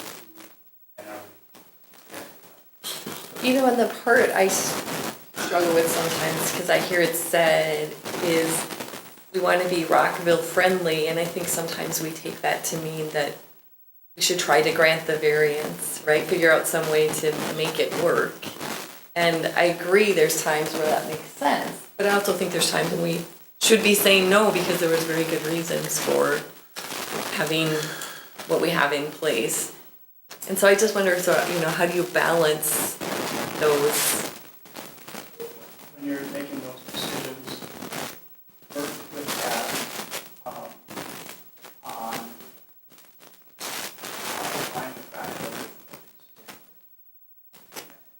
Okay.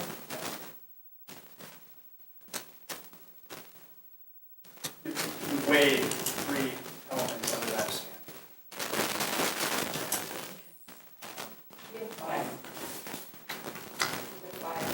Okay, your zoning ordinance, may want. So we should take a look at that. But And it may just be that they're broken up differently. Ways, that is the same. But, have take a look at the zoning ordinance, make sure. That practical difficulty. Some change just a couple of years ago. Okay. Just a Supreme Court decision. Okay. James, this is totally off another subject. Recently, the city was notified, you have to remember, we're a pretty large city land-wise, and when the city consolidated, each area had its own little problems. We learned of a culvert that's plugged on a Chapel Hill Road, which part of the road is dedicated to the city, part of it isn't. This culvert goes underneath this road and it's down about 12 to 15 feet, and it supposedly drains a pond that goes into another pond and then eventually goes out to Sauk River. is that a liability for us if that thing's plugged? We didn't even know about, nobody knows about this culvert. Okay, so there's a lot of things I don't know, so I'm not gonna answer that specific question. But the liability, is it a city liability? I can say I defended a city that was sued because had a drainage pond over its banks and flooded some basements. The property owners claimed that the reason was operating. So How did that result? city won. City,